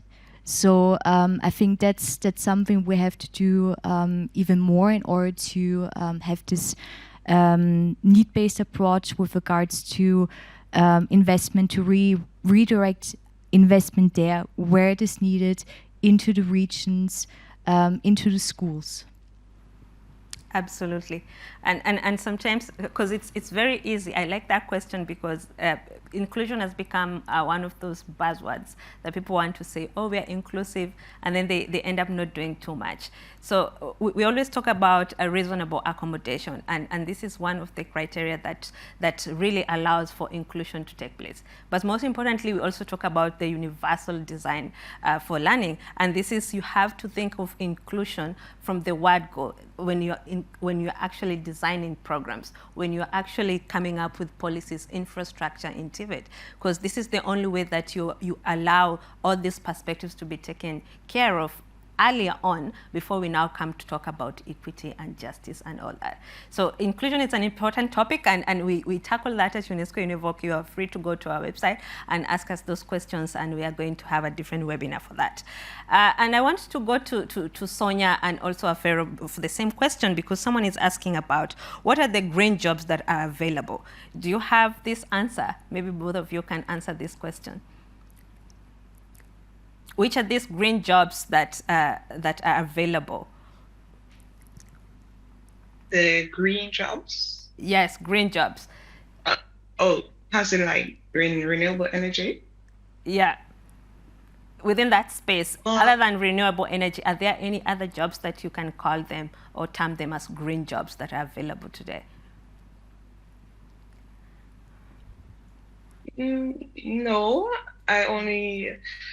the only jobs that I see that is green right now, from my perspective, is in renewable energies, because companies are still in the phase of going over to the green energy sector. So there are jobs within the renewable energy sector, has a technicians, has a design engineer, has a design engineer, and the maintenance officers.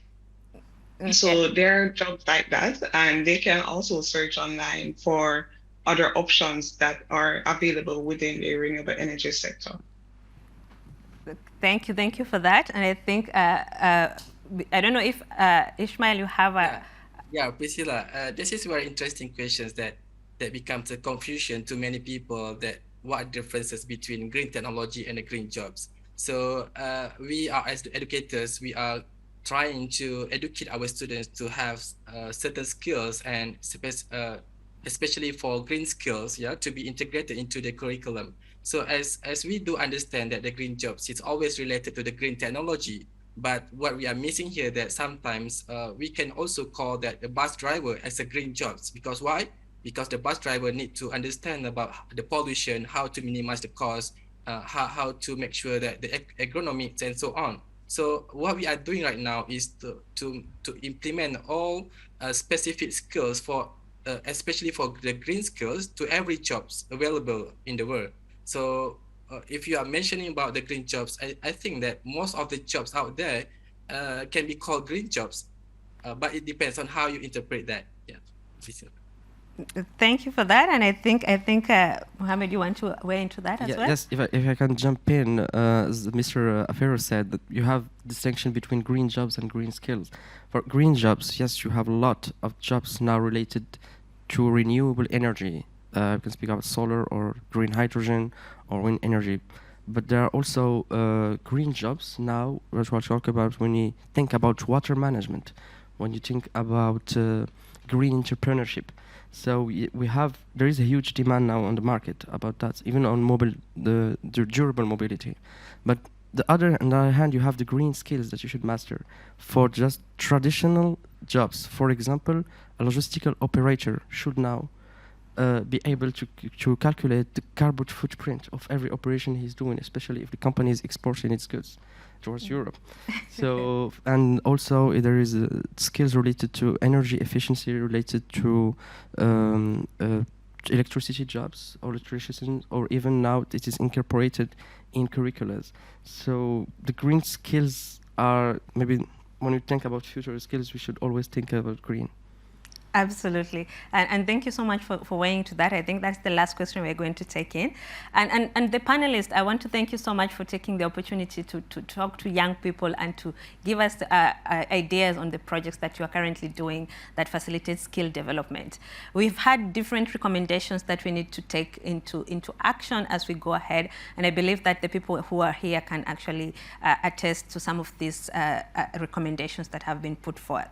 So basically, we are coming close to the end of this second panel session, and what basically we are telling the young people we're telling you that you have great opportunities, you have great chances more than before to take up the opportunities that are afforded to you when it comes to skill development. Without taking those opportunities, you are not going to be able to benefit from the advantages that skill development offers.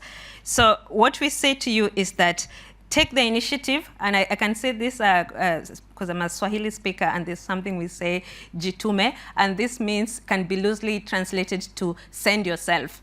Take the initiative. Don't wait for opportunities to land on your laps. Send yourself out there. Look for opportunities. Develop that skill. Be a lifelong learner, as what Sonia has said. Continue advancing what you know. And most importantly, ensure that whatever skill you have, whatever knowledge that you have, it's relevant to the job market for today. You need to create develop your skills that are responsible or respond to the jobs that exist today, So keep learning to thrive.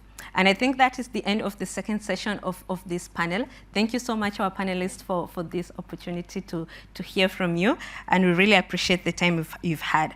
So quickly, I'm going to allow my colleague, Ms. Soledad, to come on board and to talk about the next sessions, which is the session about UNESCO Global Skill Academy.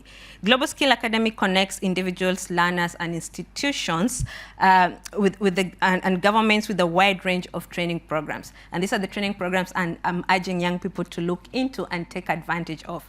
These programs are provided by the Global Education Coalition, the members, and the main aim is to really allow and support young people and also adults in their journeys to developing skills and competencies for employability as well as resilience.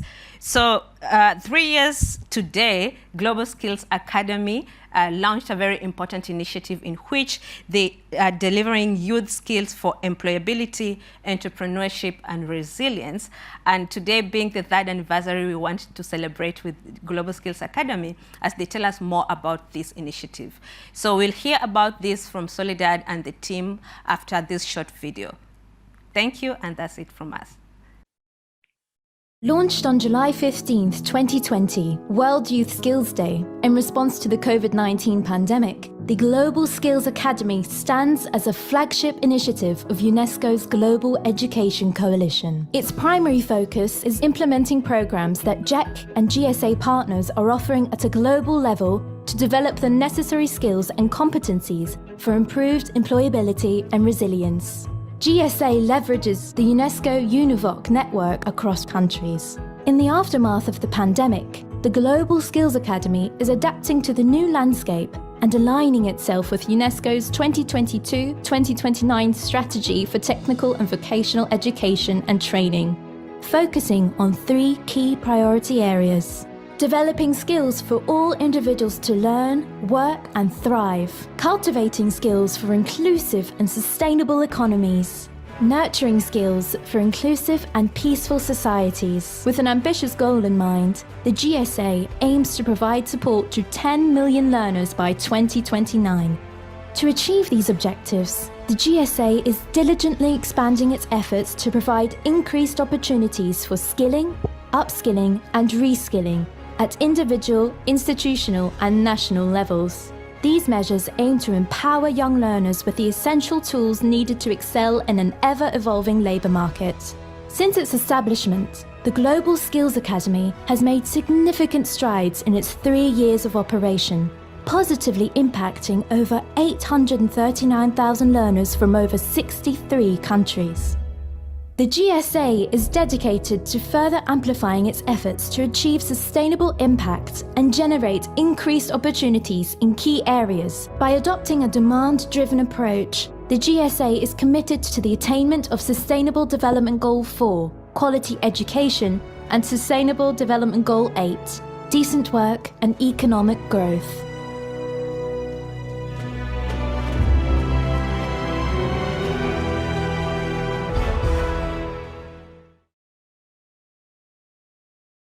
All right, I hope you enjoyed this first introduction of the Global Skills Academy mission. Greetings from UNESCO headquarters in Paris and happy World Youth Skills Day to all the participants. I would like to thank also Priscilla and all the speakers from the previous panel, and of course our colleagues in the UNEVOC Center in Bonn and all the participants who are also joining from different parts of the world. My name is Soledad Patiño. I work at the education sector of UNESCO at the section of Youth, Literacy and Skills Development, and I'm coordinating the Global Skills Academy mission. Today, I will be guiding you through this last session, delivering youth skills for employability, entrepreneurship, and resilience. And we invite all participants to visit the webpage of the Global Skills Academy mission to learn more about the training opportunities that we are offering to enhance digital skills, green skills, and entrepreneurial skills. As Priscilla was mentioning, today we are celebrating also the 3rd anniversary of the launch of the Global Skills Academy mission, and it is therefore a great opportunity to take stock of how the mission was launched and how its objectives are evolving, and of course, what we are offering as a solution to thrive for acquiring skills for employability and of course resilience as well. To answer this question, I am pleased to first introduce you to Hervé Ouomachan, the Chief of the Section of Youth, Literacy and Skills Development at UNESCO. Hervé, you may take the floor. Thanks, Soledad and colleagues, and very happy to join you for a few minutes to introduce this very important session, this panel regarding the Global Skills Academy, as it was introduced to all of you, which is about delivering youth skills for at least employability, entrepreneurship, and building also resilience in the TVET system and in the countries. As I said, it's very important. I have a few minutes and I would like to highlight key points. I'm sure that you understood also from the introduction and the video about the Global Skills Academy, but it's worldwide to highlight that this Global Skills Academy is very important for UNESCO and also the partners who joined since 2020 our Global Skills Academy Now we have more than 24 partners who have been working with us to deliver skills for employability for youth and adults in at least 63 countries. And as it was introduced, we come from a long journey since the Global Skills Academy was launched in 2020 during the World Youth Skills Day in July 2020, with various phases since the beginning. First, the Global Skills Academy addressed since the beginning what was needed at this stage, I mean, regarding the COVID-19 crisis. And it was like an emergency response to the schools closures, even on TVET, globally on education system, but of course, including TVET. Secondly, we moved to another phase of the Global Skills Academy, which was more on building resilience in the TVET system, just after, I mean, the emergency phase of the COVID-19. And finally, and we are here since last year, 2022, we did high efforts to move in the implementation and the link of the Global Skills Academy with our new strategy for TVET, UNESCO strategy for TVET for the period 2022 to 2029, where I think you well understood from the video, the Global Skills Academy is really a key flagship mission to implement our UNESCO strategy to build skills for individuals, economy, and societies. So now we are at a stage where we want to do more. I mean, internally at UNESCO, but notably working with all the partners. I mentioned at least 24 partners engaged in the Global Skills Academy, with the UNEVOC International Center and notably the UNEVOC network, to reach an ambitious target of at least 10 million youth and adults to be reached by the Global Skills Academy, so that we can,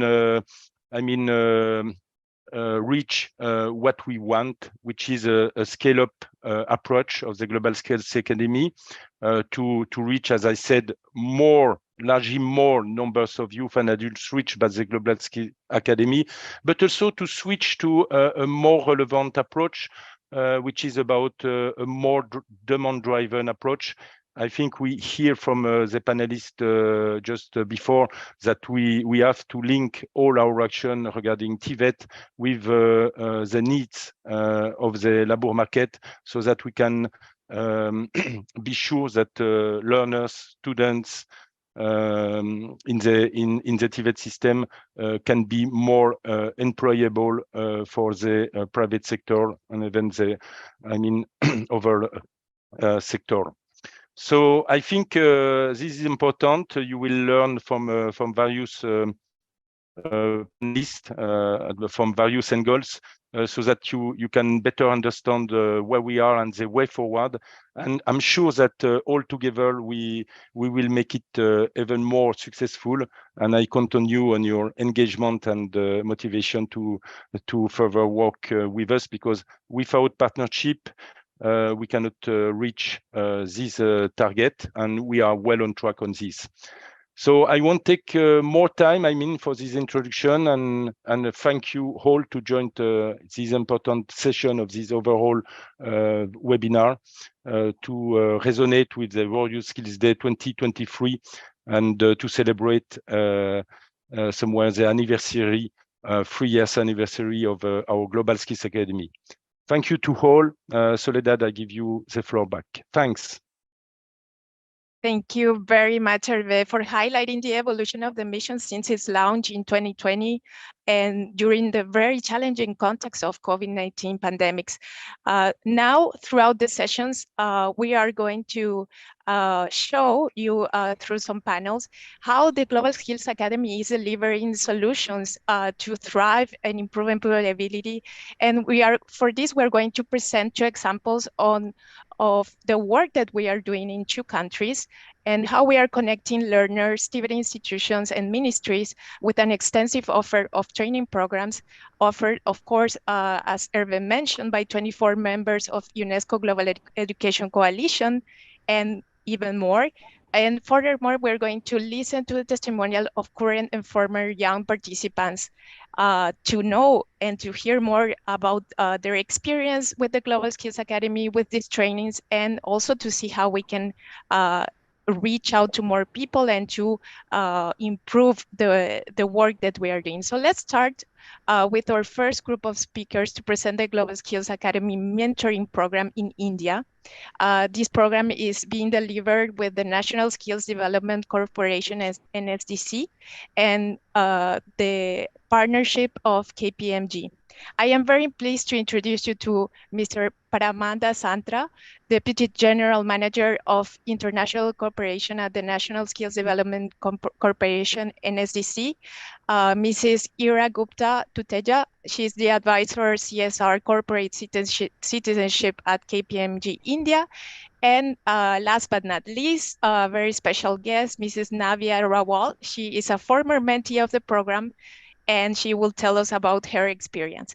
So thank you, panelists, for being here today. We are excited to hear more about the program we are doing in India. And to kick off the discussion, I would like to ask Param, as a representative of NSDC, to present us the mentorship program. Param, in a nutshell, please could you describe the approach, the role of the different actors, and of course, the value for NSDC to be part of this mentoring pilot. Over to you. Thank you, Soledad, and all the participants. Thanks for inviting us in this virtual, World Skills Day. This is a massive, and if I talk about the mentorship program being actually started by KPMG, UNESCO, GSA, Volunteer Vision, and in NSDC in India, I must admit, this mentorship program actually works as a guiding start to the youths of India. So the approach, the pedagogy, and the kind of program has been designed by these stakeholders. It has been a massive success, I must admit that. And to be very honest, if I talk about the demographic dividend of India and the way India is actually supporting the entire world to support their economy, socioeconomic values and everything, this kind of program is a path-breaking program. And I really appreciate the effort being taken by, specifically to the UNESCO GSA Skill Academy. They have a massive target to support 10 million people to get into a proper mentorship, career improvement, and several other holistic programs in the future days to come. So if I talk about India and the program, the entire stakeholders and the team has been working day in and day out to make this program a successful one. We could able to start with a good number of candidates. The candidate has been showing massive support and enthusiasm in the entire program, and they have earned an invaluable experience out of the program. Majority of the candidates have got either a job or a mentorship related apprenticeship program or a mainstream employment opportunity of the program. So that is a massive change. I must admit, I appreciate the kind of effort being taken by the team altogether. And I certainly believe that these kind of programs is very much needed for the countries to grow their youth population for the demographic dividend and socioeconomic development. And I really would like to again appreciate the kind of program, and we are really looking forward to work closely with the UNESCO GSA team along with KPMG Volunteer Vision and the stakeholders. And thank you once again. And we are really looking forward to make a difference to the life of the youth of India. Thank you. Thank you, Param, for sharing these insights and such an excellent perspective. I would like to now open the floor to Ira. As I mentioned, she is advisor corporate citizenship at KPMG in India. Ira, you have managed the KPMG mentorship program capabilities. In your view as a mentor, could you share the value provided by KPMG and how the KPMG mentors have lived this experience? Thank you very much. Thank you, Soledad, and thank you for inviting me to be able to share my point of view here today. We're very grateful to UNESCO for this opportunity. So giving back to the community or helping those who are less privileged than us in the community is something that's part of the value system at KPMG. So we are always trying to help others who are not as fortunate as us, which is where the mentorship also comes in. So all our people, that is what they like to do, is to, give back and reach that higher purpose for themselves. So giving back in this way allows them to use their own skills and everything they have learned, and to utilize it for uplifting somebody else, helping these students get job ready, become, from day one effective that they take a job up. So some of the things that is one part is that, what is it that they teach the mentees? And the second is, what do they take away? Now, I like to begin by just sharing very briefly what is the profile of our mentors. So our mentors were a mix of both men and women, and all of them with at least a minimum of 3 years of work experience, working across various functions within the firm. And all of them were postgraduates. And they were very committed to the mentees, to the students of the GSA. They really wanted to make a difference to their lives. So despite whatever challenges came their way, the fact that these are all students, so obviously they're not available during the day, the mentors were okay to expand their working hours to late evenings or early mornings, whatever worked for the mentees. But they wanted to ensure that they're able to reach their mentees.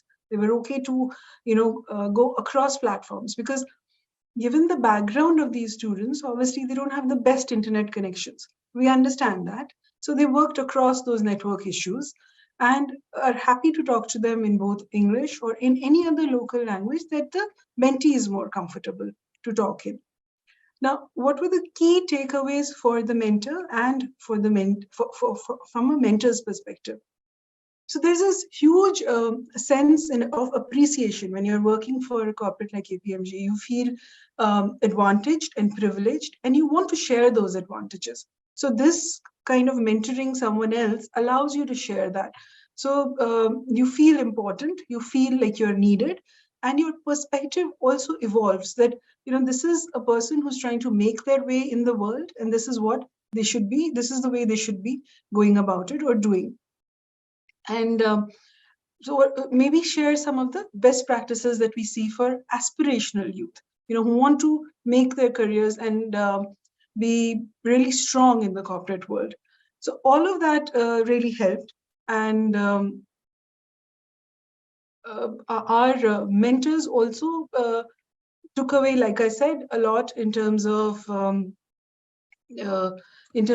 their learning from the mentees of never giving up or overcoming their struggles. So that, in very brief, Soledad, was what our mentors felt about the program. Oh, thank you very much, Ira, for having shared this mentor's feedback. It is great to learn how positive was this experience, and we really hope that, and we trust that these mentors are going to remain volunteers to be part of the scale-up of the program as well. It is critical that the concrete results recognized by mentees becomes a lesson learned that we can integrate, and then we can, of course, improve as we grow with this program. So for this, I think that our last participant of this panel, as I was saying, Navia, a current former participant as a mentee of the program, she was selected among the many mentees of this pilot to share a valuable perspective, and so we can also hear about her personal journey. So Navia, as a former mentee of the program and now working at NSDC, which is also very remarkable, how have you lived this experience and what benefits have you already got? Over to you. Yeah. Hello everybody, my name is Navya Raval, the former mentee of UNESCO KPMG-led Volunteer Vision Mentorship Program, and currently I'm working in NSDC.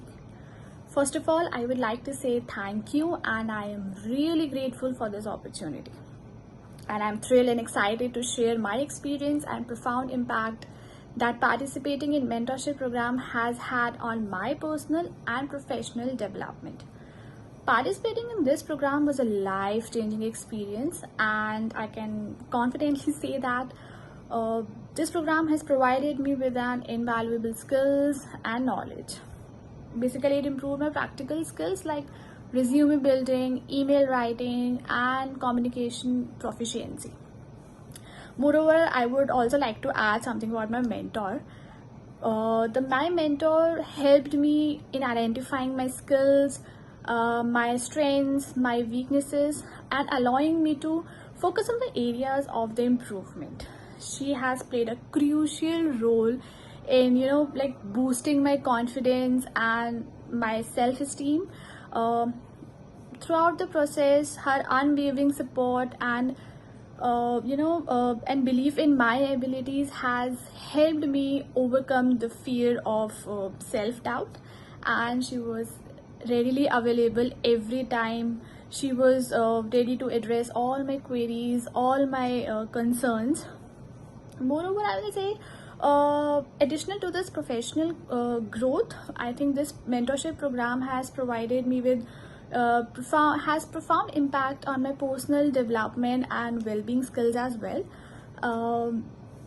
That's why because of these learnings, I was able to grab the opportunity at NSDC. The skills and the knowledge that I acquired through this program helped me in the interview process. And lastly, I believe that the success of any nation lies in the hands of youth.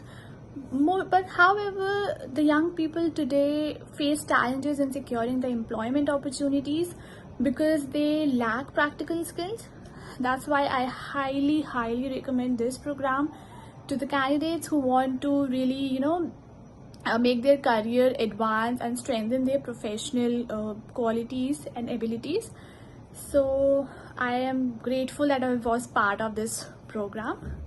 Yeah, thank you. Thank you very much, Navia. Unfortunately, we couldn't fix the echo, but we heard part of your testimonial, and we hope to continue these conversations with other participants in the years ahead. So thank you very much to all the panelists from the mentorship in India.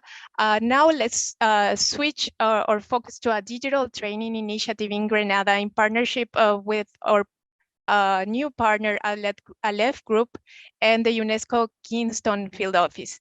So we have here for this today, Mrs. Latoya Suavi Anderson. She's a National Education Officer from the UNESCO Cluster Office in the Caribbean in Kingston. We have Francisco Anello, Global Senior Vice President of Education at Aleph Holding. And we are also going to have the presence of another participant of the program.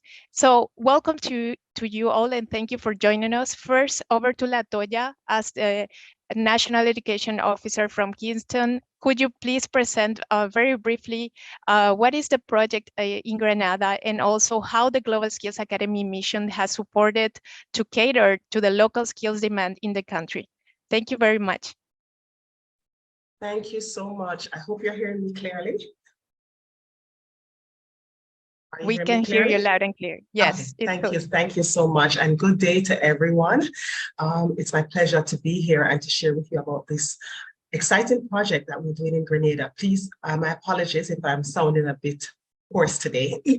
So the UNESCO is a part of a project that it's a joint SDG funded project, and it's entitled The Resilient Caribbean, Engaging and Training Youth Strength in Integrated Social Protection Sector Delivery.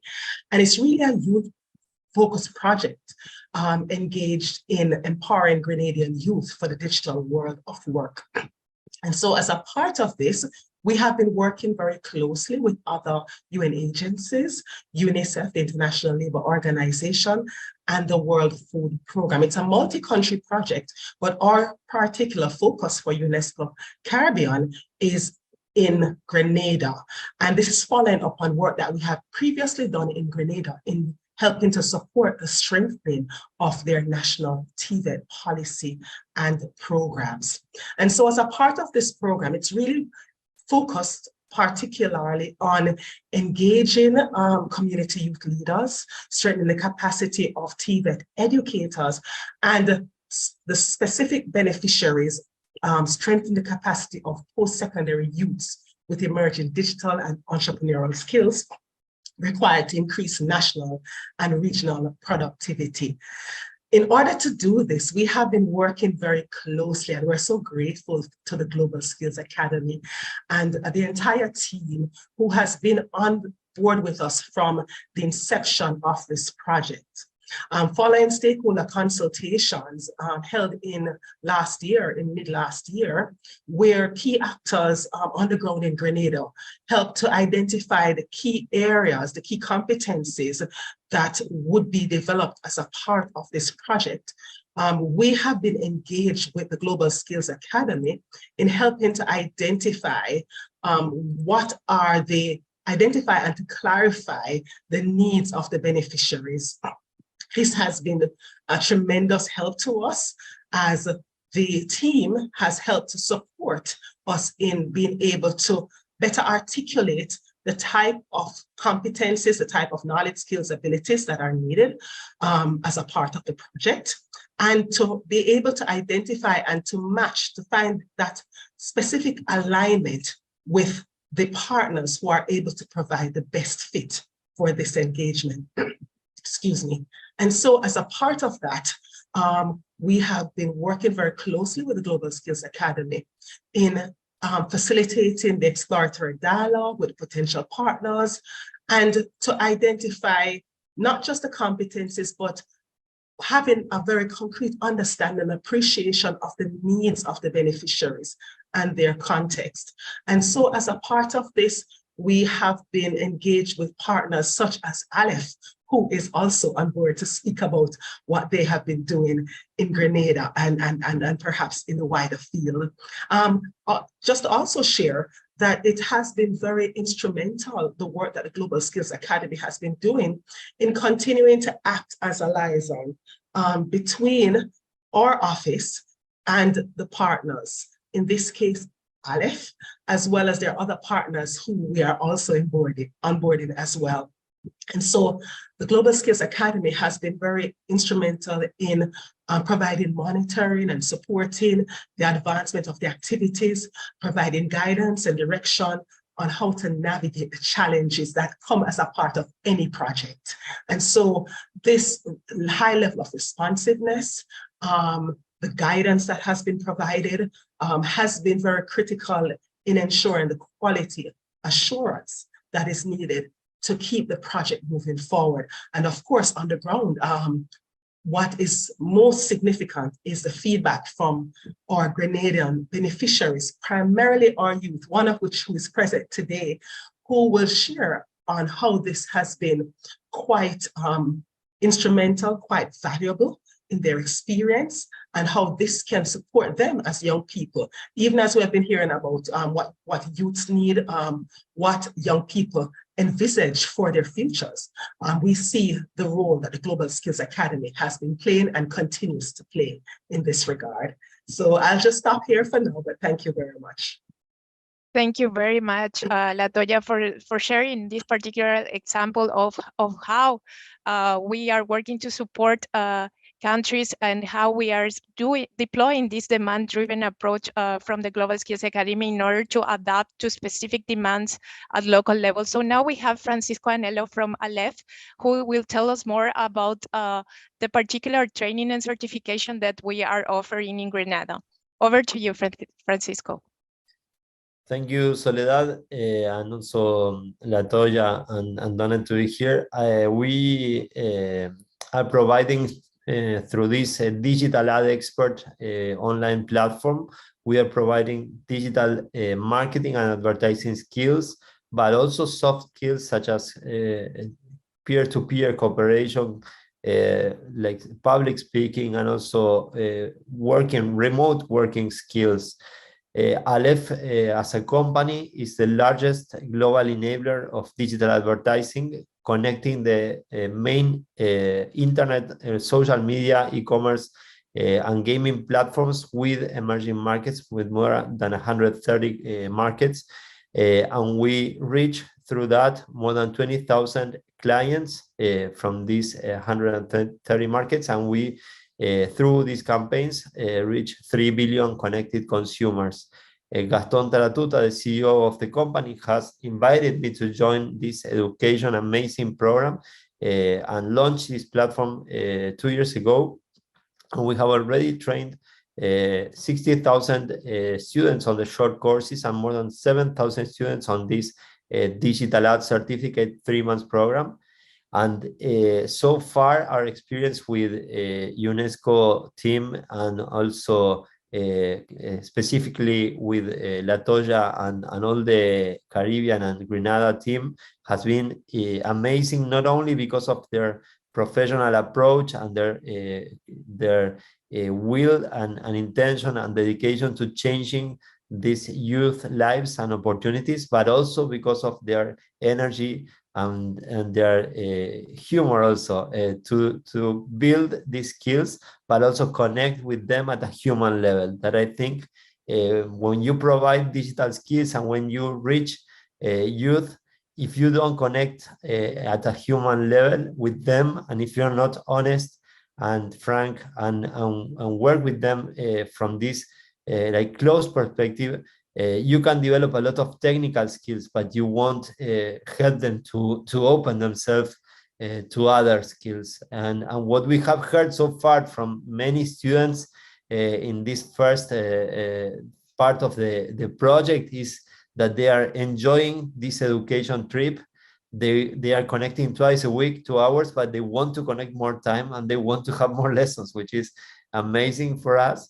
And they are also learning how to set campaigns and how to advertise on the main platforms such as Twitter, TikTok, Spotify, Snapchat, Facebook, Google. Like, it's important that we are in this digital economy that's demanding talent, still growing, and the transfer from offline GDP to digital GDP is still happening, and it will demand lots of resources and talent in the future. We are offering these tools to this youth, and that can help them, as they're saying already, grow their business, have a better future, have a client, or even get a job. So thank you, UNESCO, and thank you all for this space. And we are open to like growing this project in other places of the world, as we are doing with digital ad expert.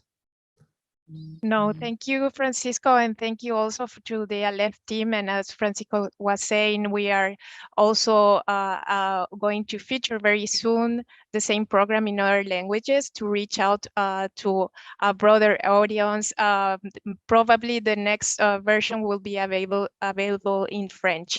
So last but not least, we have the pleasure to have one of the participants who just started this training. Her name is Donette Hiller, and we're going to hear about her experience. Donette, how do you think this digital marketing training program will support you to increase employability opportunities? Over to you.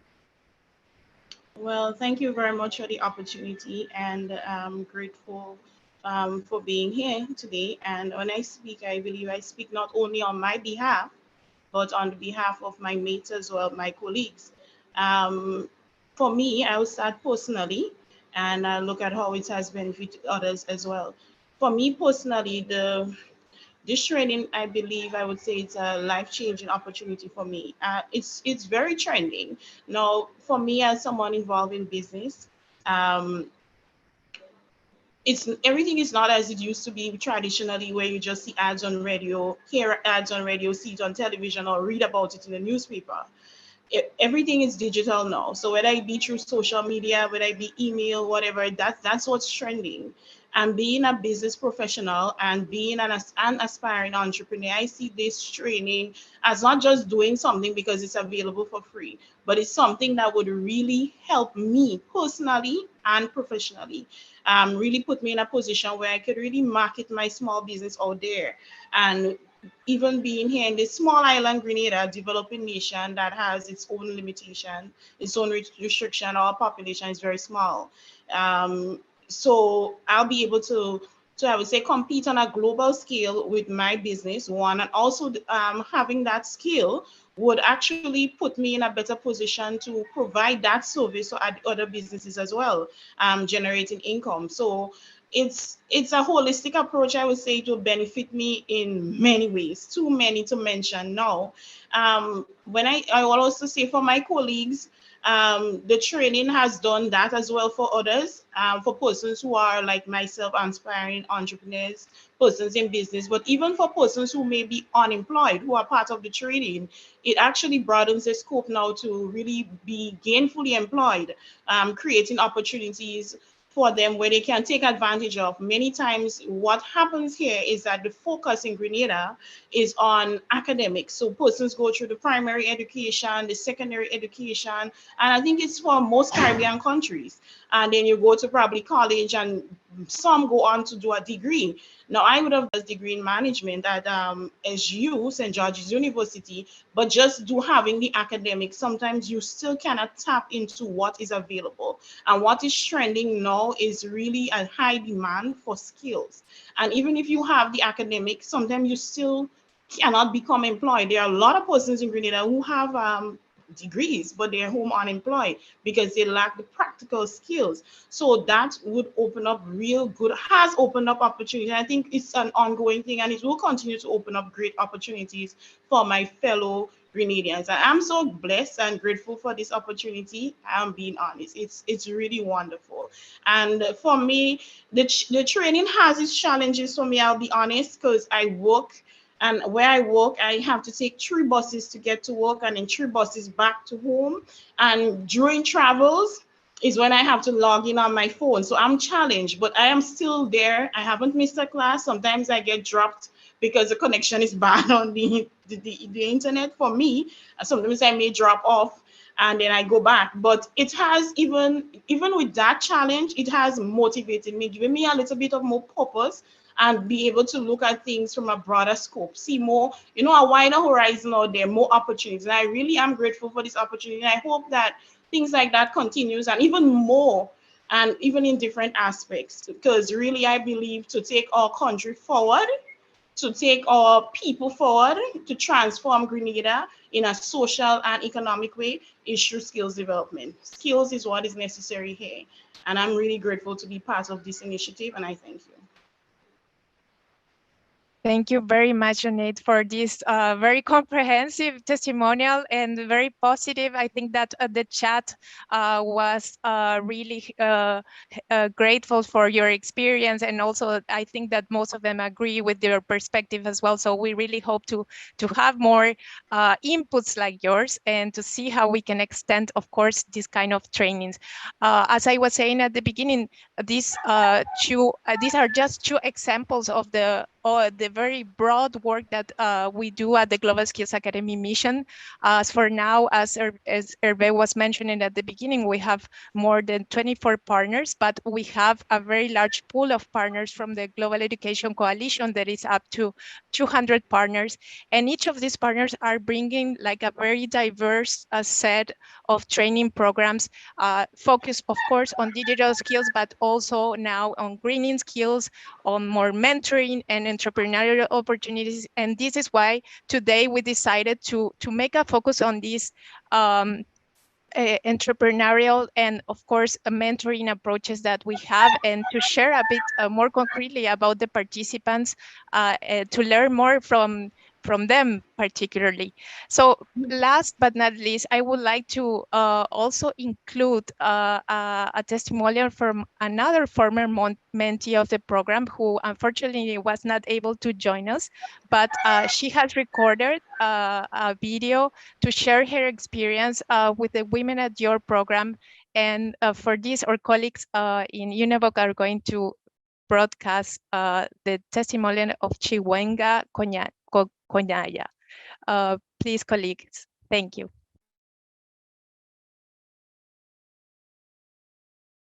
Participants for the valuable insights for the discussion on youth skills development and TVET. Together, a winning Dream for Change project in the 2022 cohort of the UNESCO and Women at Your mentorship and education program. It is such an honor to celebrate the World Youth Skills Day with all of you today. Since winning the Dream for Change projects last year, Talita Together has evolved from being a social impact project into a registered non-profit company in South Africa because we fell in love with the cause of empowering teen mothers in Africa through education and entrepreneurship. We now have branches across Southern Africa, 4 in South Africa and 1 in Zimbabwe. To date, we have assisted over 350 teen mothers living in marginalized communities and disadvantaged townships in Southern Africa. Now the question bears, how has the UNESCO and Women at Your mentorship and education program imparted skills on Talita Together, and what impact has that had on the skills development amongst female African youth? The first being leadership skills. The program taught us how to lead ourselves before leading others, how to take care of yourself mentally, emotionally, physically, how to develop confidence and assert yourself in the world while making an impact in other people's lives. The second skill is the skill of collaboration, working together to achieve one common goal. We believe that teamwork is what makes the dream work. The third skill is communication skills. The relationships we build and keep are through respectful, constructive, and consistent communication with our stakeholders, as well as communicating the importance of being a voice for the voiceless. Our sensitive work comes with sensitive speech, which we really have to articulate well, especially through social media, and how we position teen mothers in society as emerging leaders of tomorrow and not victims of circumstances. Thank you for having me, and may you continue to do the good work of uplifting the youth across the globe and developing these important skills. Well, thank you very much to the UNEVOC colleagues for sharing also this final testimonial. Unfortunately, we still have some glitches with the audio, but now we're running out of time, and I would like to thank the panelists of the Global Skills Academy mission. Thank you for your testimonials. Thank you for sharing part of the work that we are doing around the world. As you can see, we are working with all the regions, and we are here for youth and for all the participants who would like to reach out. We saw that many questions and also some contact information was shared among the chat. We are going to collect this, and please also reach out and find out more about the very large offer that we have in our website.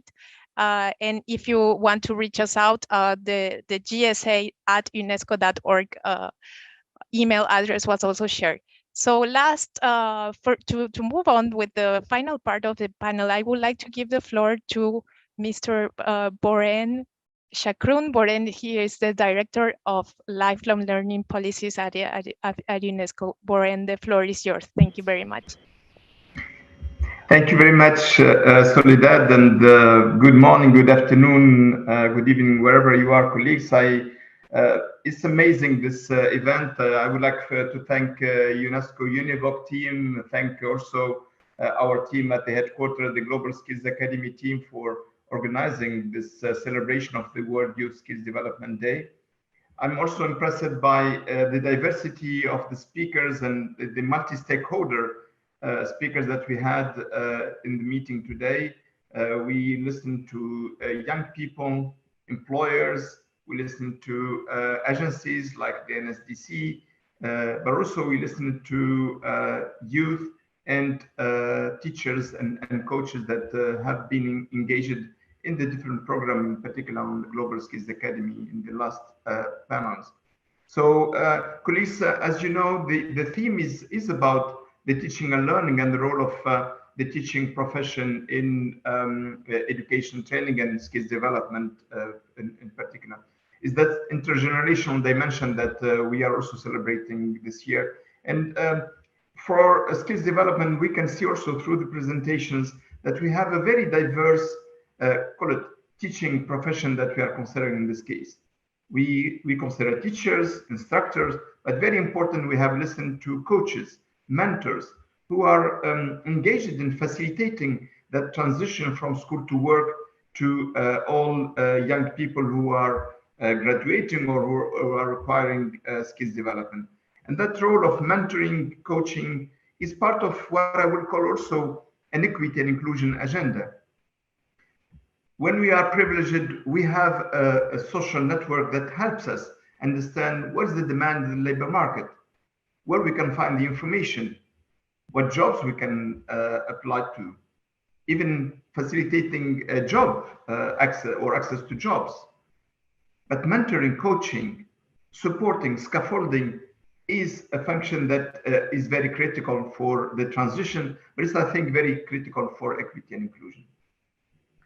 The second aspect that I feel we discussed today is that the skills development can be for traditional jobs, for jobs that are not necessarily conducive for sustainable development. But in our discussion today, we have heard about also the twin transition, how we ensure that young people and learners broadly are equipped with the skills to access digitized economies, to access greening economies in particular.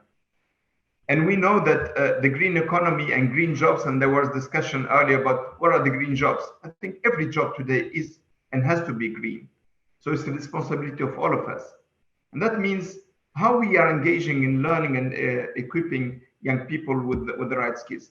But today, these are new jobs, jobs that are emerging, that are not in traditional jobs that you can acquire through apprenticeship or through other forms of learning. We have to have this intergenerational engagement that probably can reinforce the skills development, but is a new model of how we can equip youth in particular, and how youth can equip themselves with those skills. Probably another aspect that came in different moment of the discussion today is about uncertainty. We have uncertainty how we will address the climate change.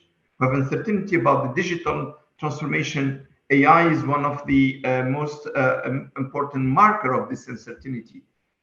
And of course, uncertainty about how the economies as a whole will be reacting, the impact on jobs that will disappear, jobs that will appear, and jobs that will be transformed. In this uncertainty, we need three aspects that I would like to highlight. One is a coalition of partners, and that's what we are having today. That's what we have in the Global Education Coalition, we have in the Global Skills Academy. Second, we need youth agency, and that's what we have heard today. Just Dorothy was showing how much we have youth agency and how much we need to celebrate youth agency, how much we need to empower youth agency. And that's what the Global Skills Academy is doing.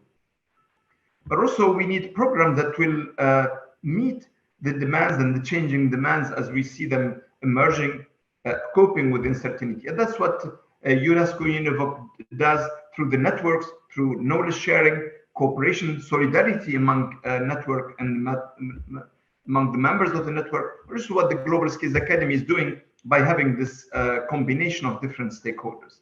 So that uncertainty is one of the features of our economies, labor markets today, and we need to engage with them in that direction. So let me say that I'm very pleased to have this closure with you, also with Aswata, and having young people driving us and sitting in the driving seat, having their agency articulated and presented. But I would like to thank all colleagues who celebrated today and who joined us to celebrate, the speakers and the participants. We were more than 300 participants at one point. So I would like to thank all colleagues who joined us, and thank you, Soledad. Over to you. Thank you very much, Boren. Now we're going to give the floor to the final speaker. She's going to provide a message from the youth to finalize. Thank you very much. Thank you to all the participants for their valuable insights to the discussion on youth skills development and TVET. The World Youth Skills Day event at UNESCO-UNEVOC has provided us this unique opportunity to come together and exchange ideas for a sustainable future through skills development. In the future, more responsibilities lie in the hands of today's youngsters. Hence, I urge my fellow young people to equip themselves with relevant set of knowledge and skills that enable us to manage and improve environmental sustainability. Lastly, I would like to emphasize that pursuing skills, taking up challenges and responsibilities will pave the way for a better future.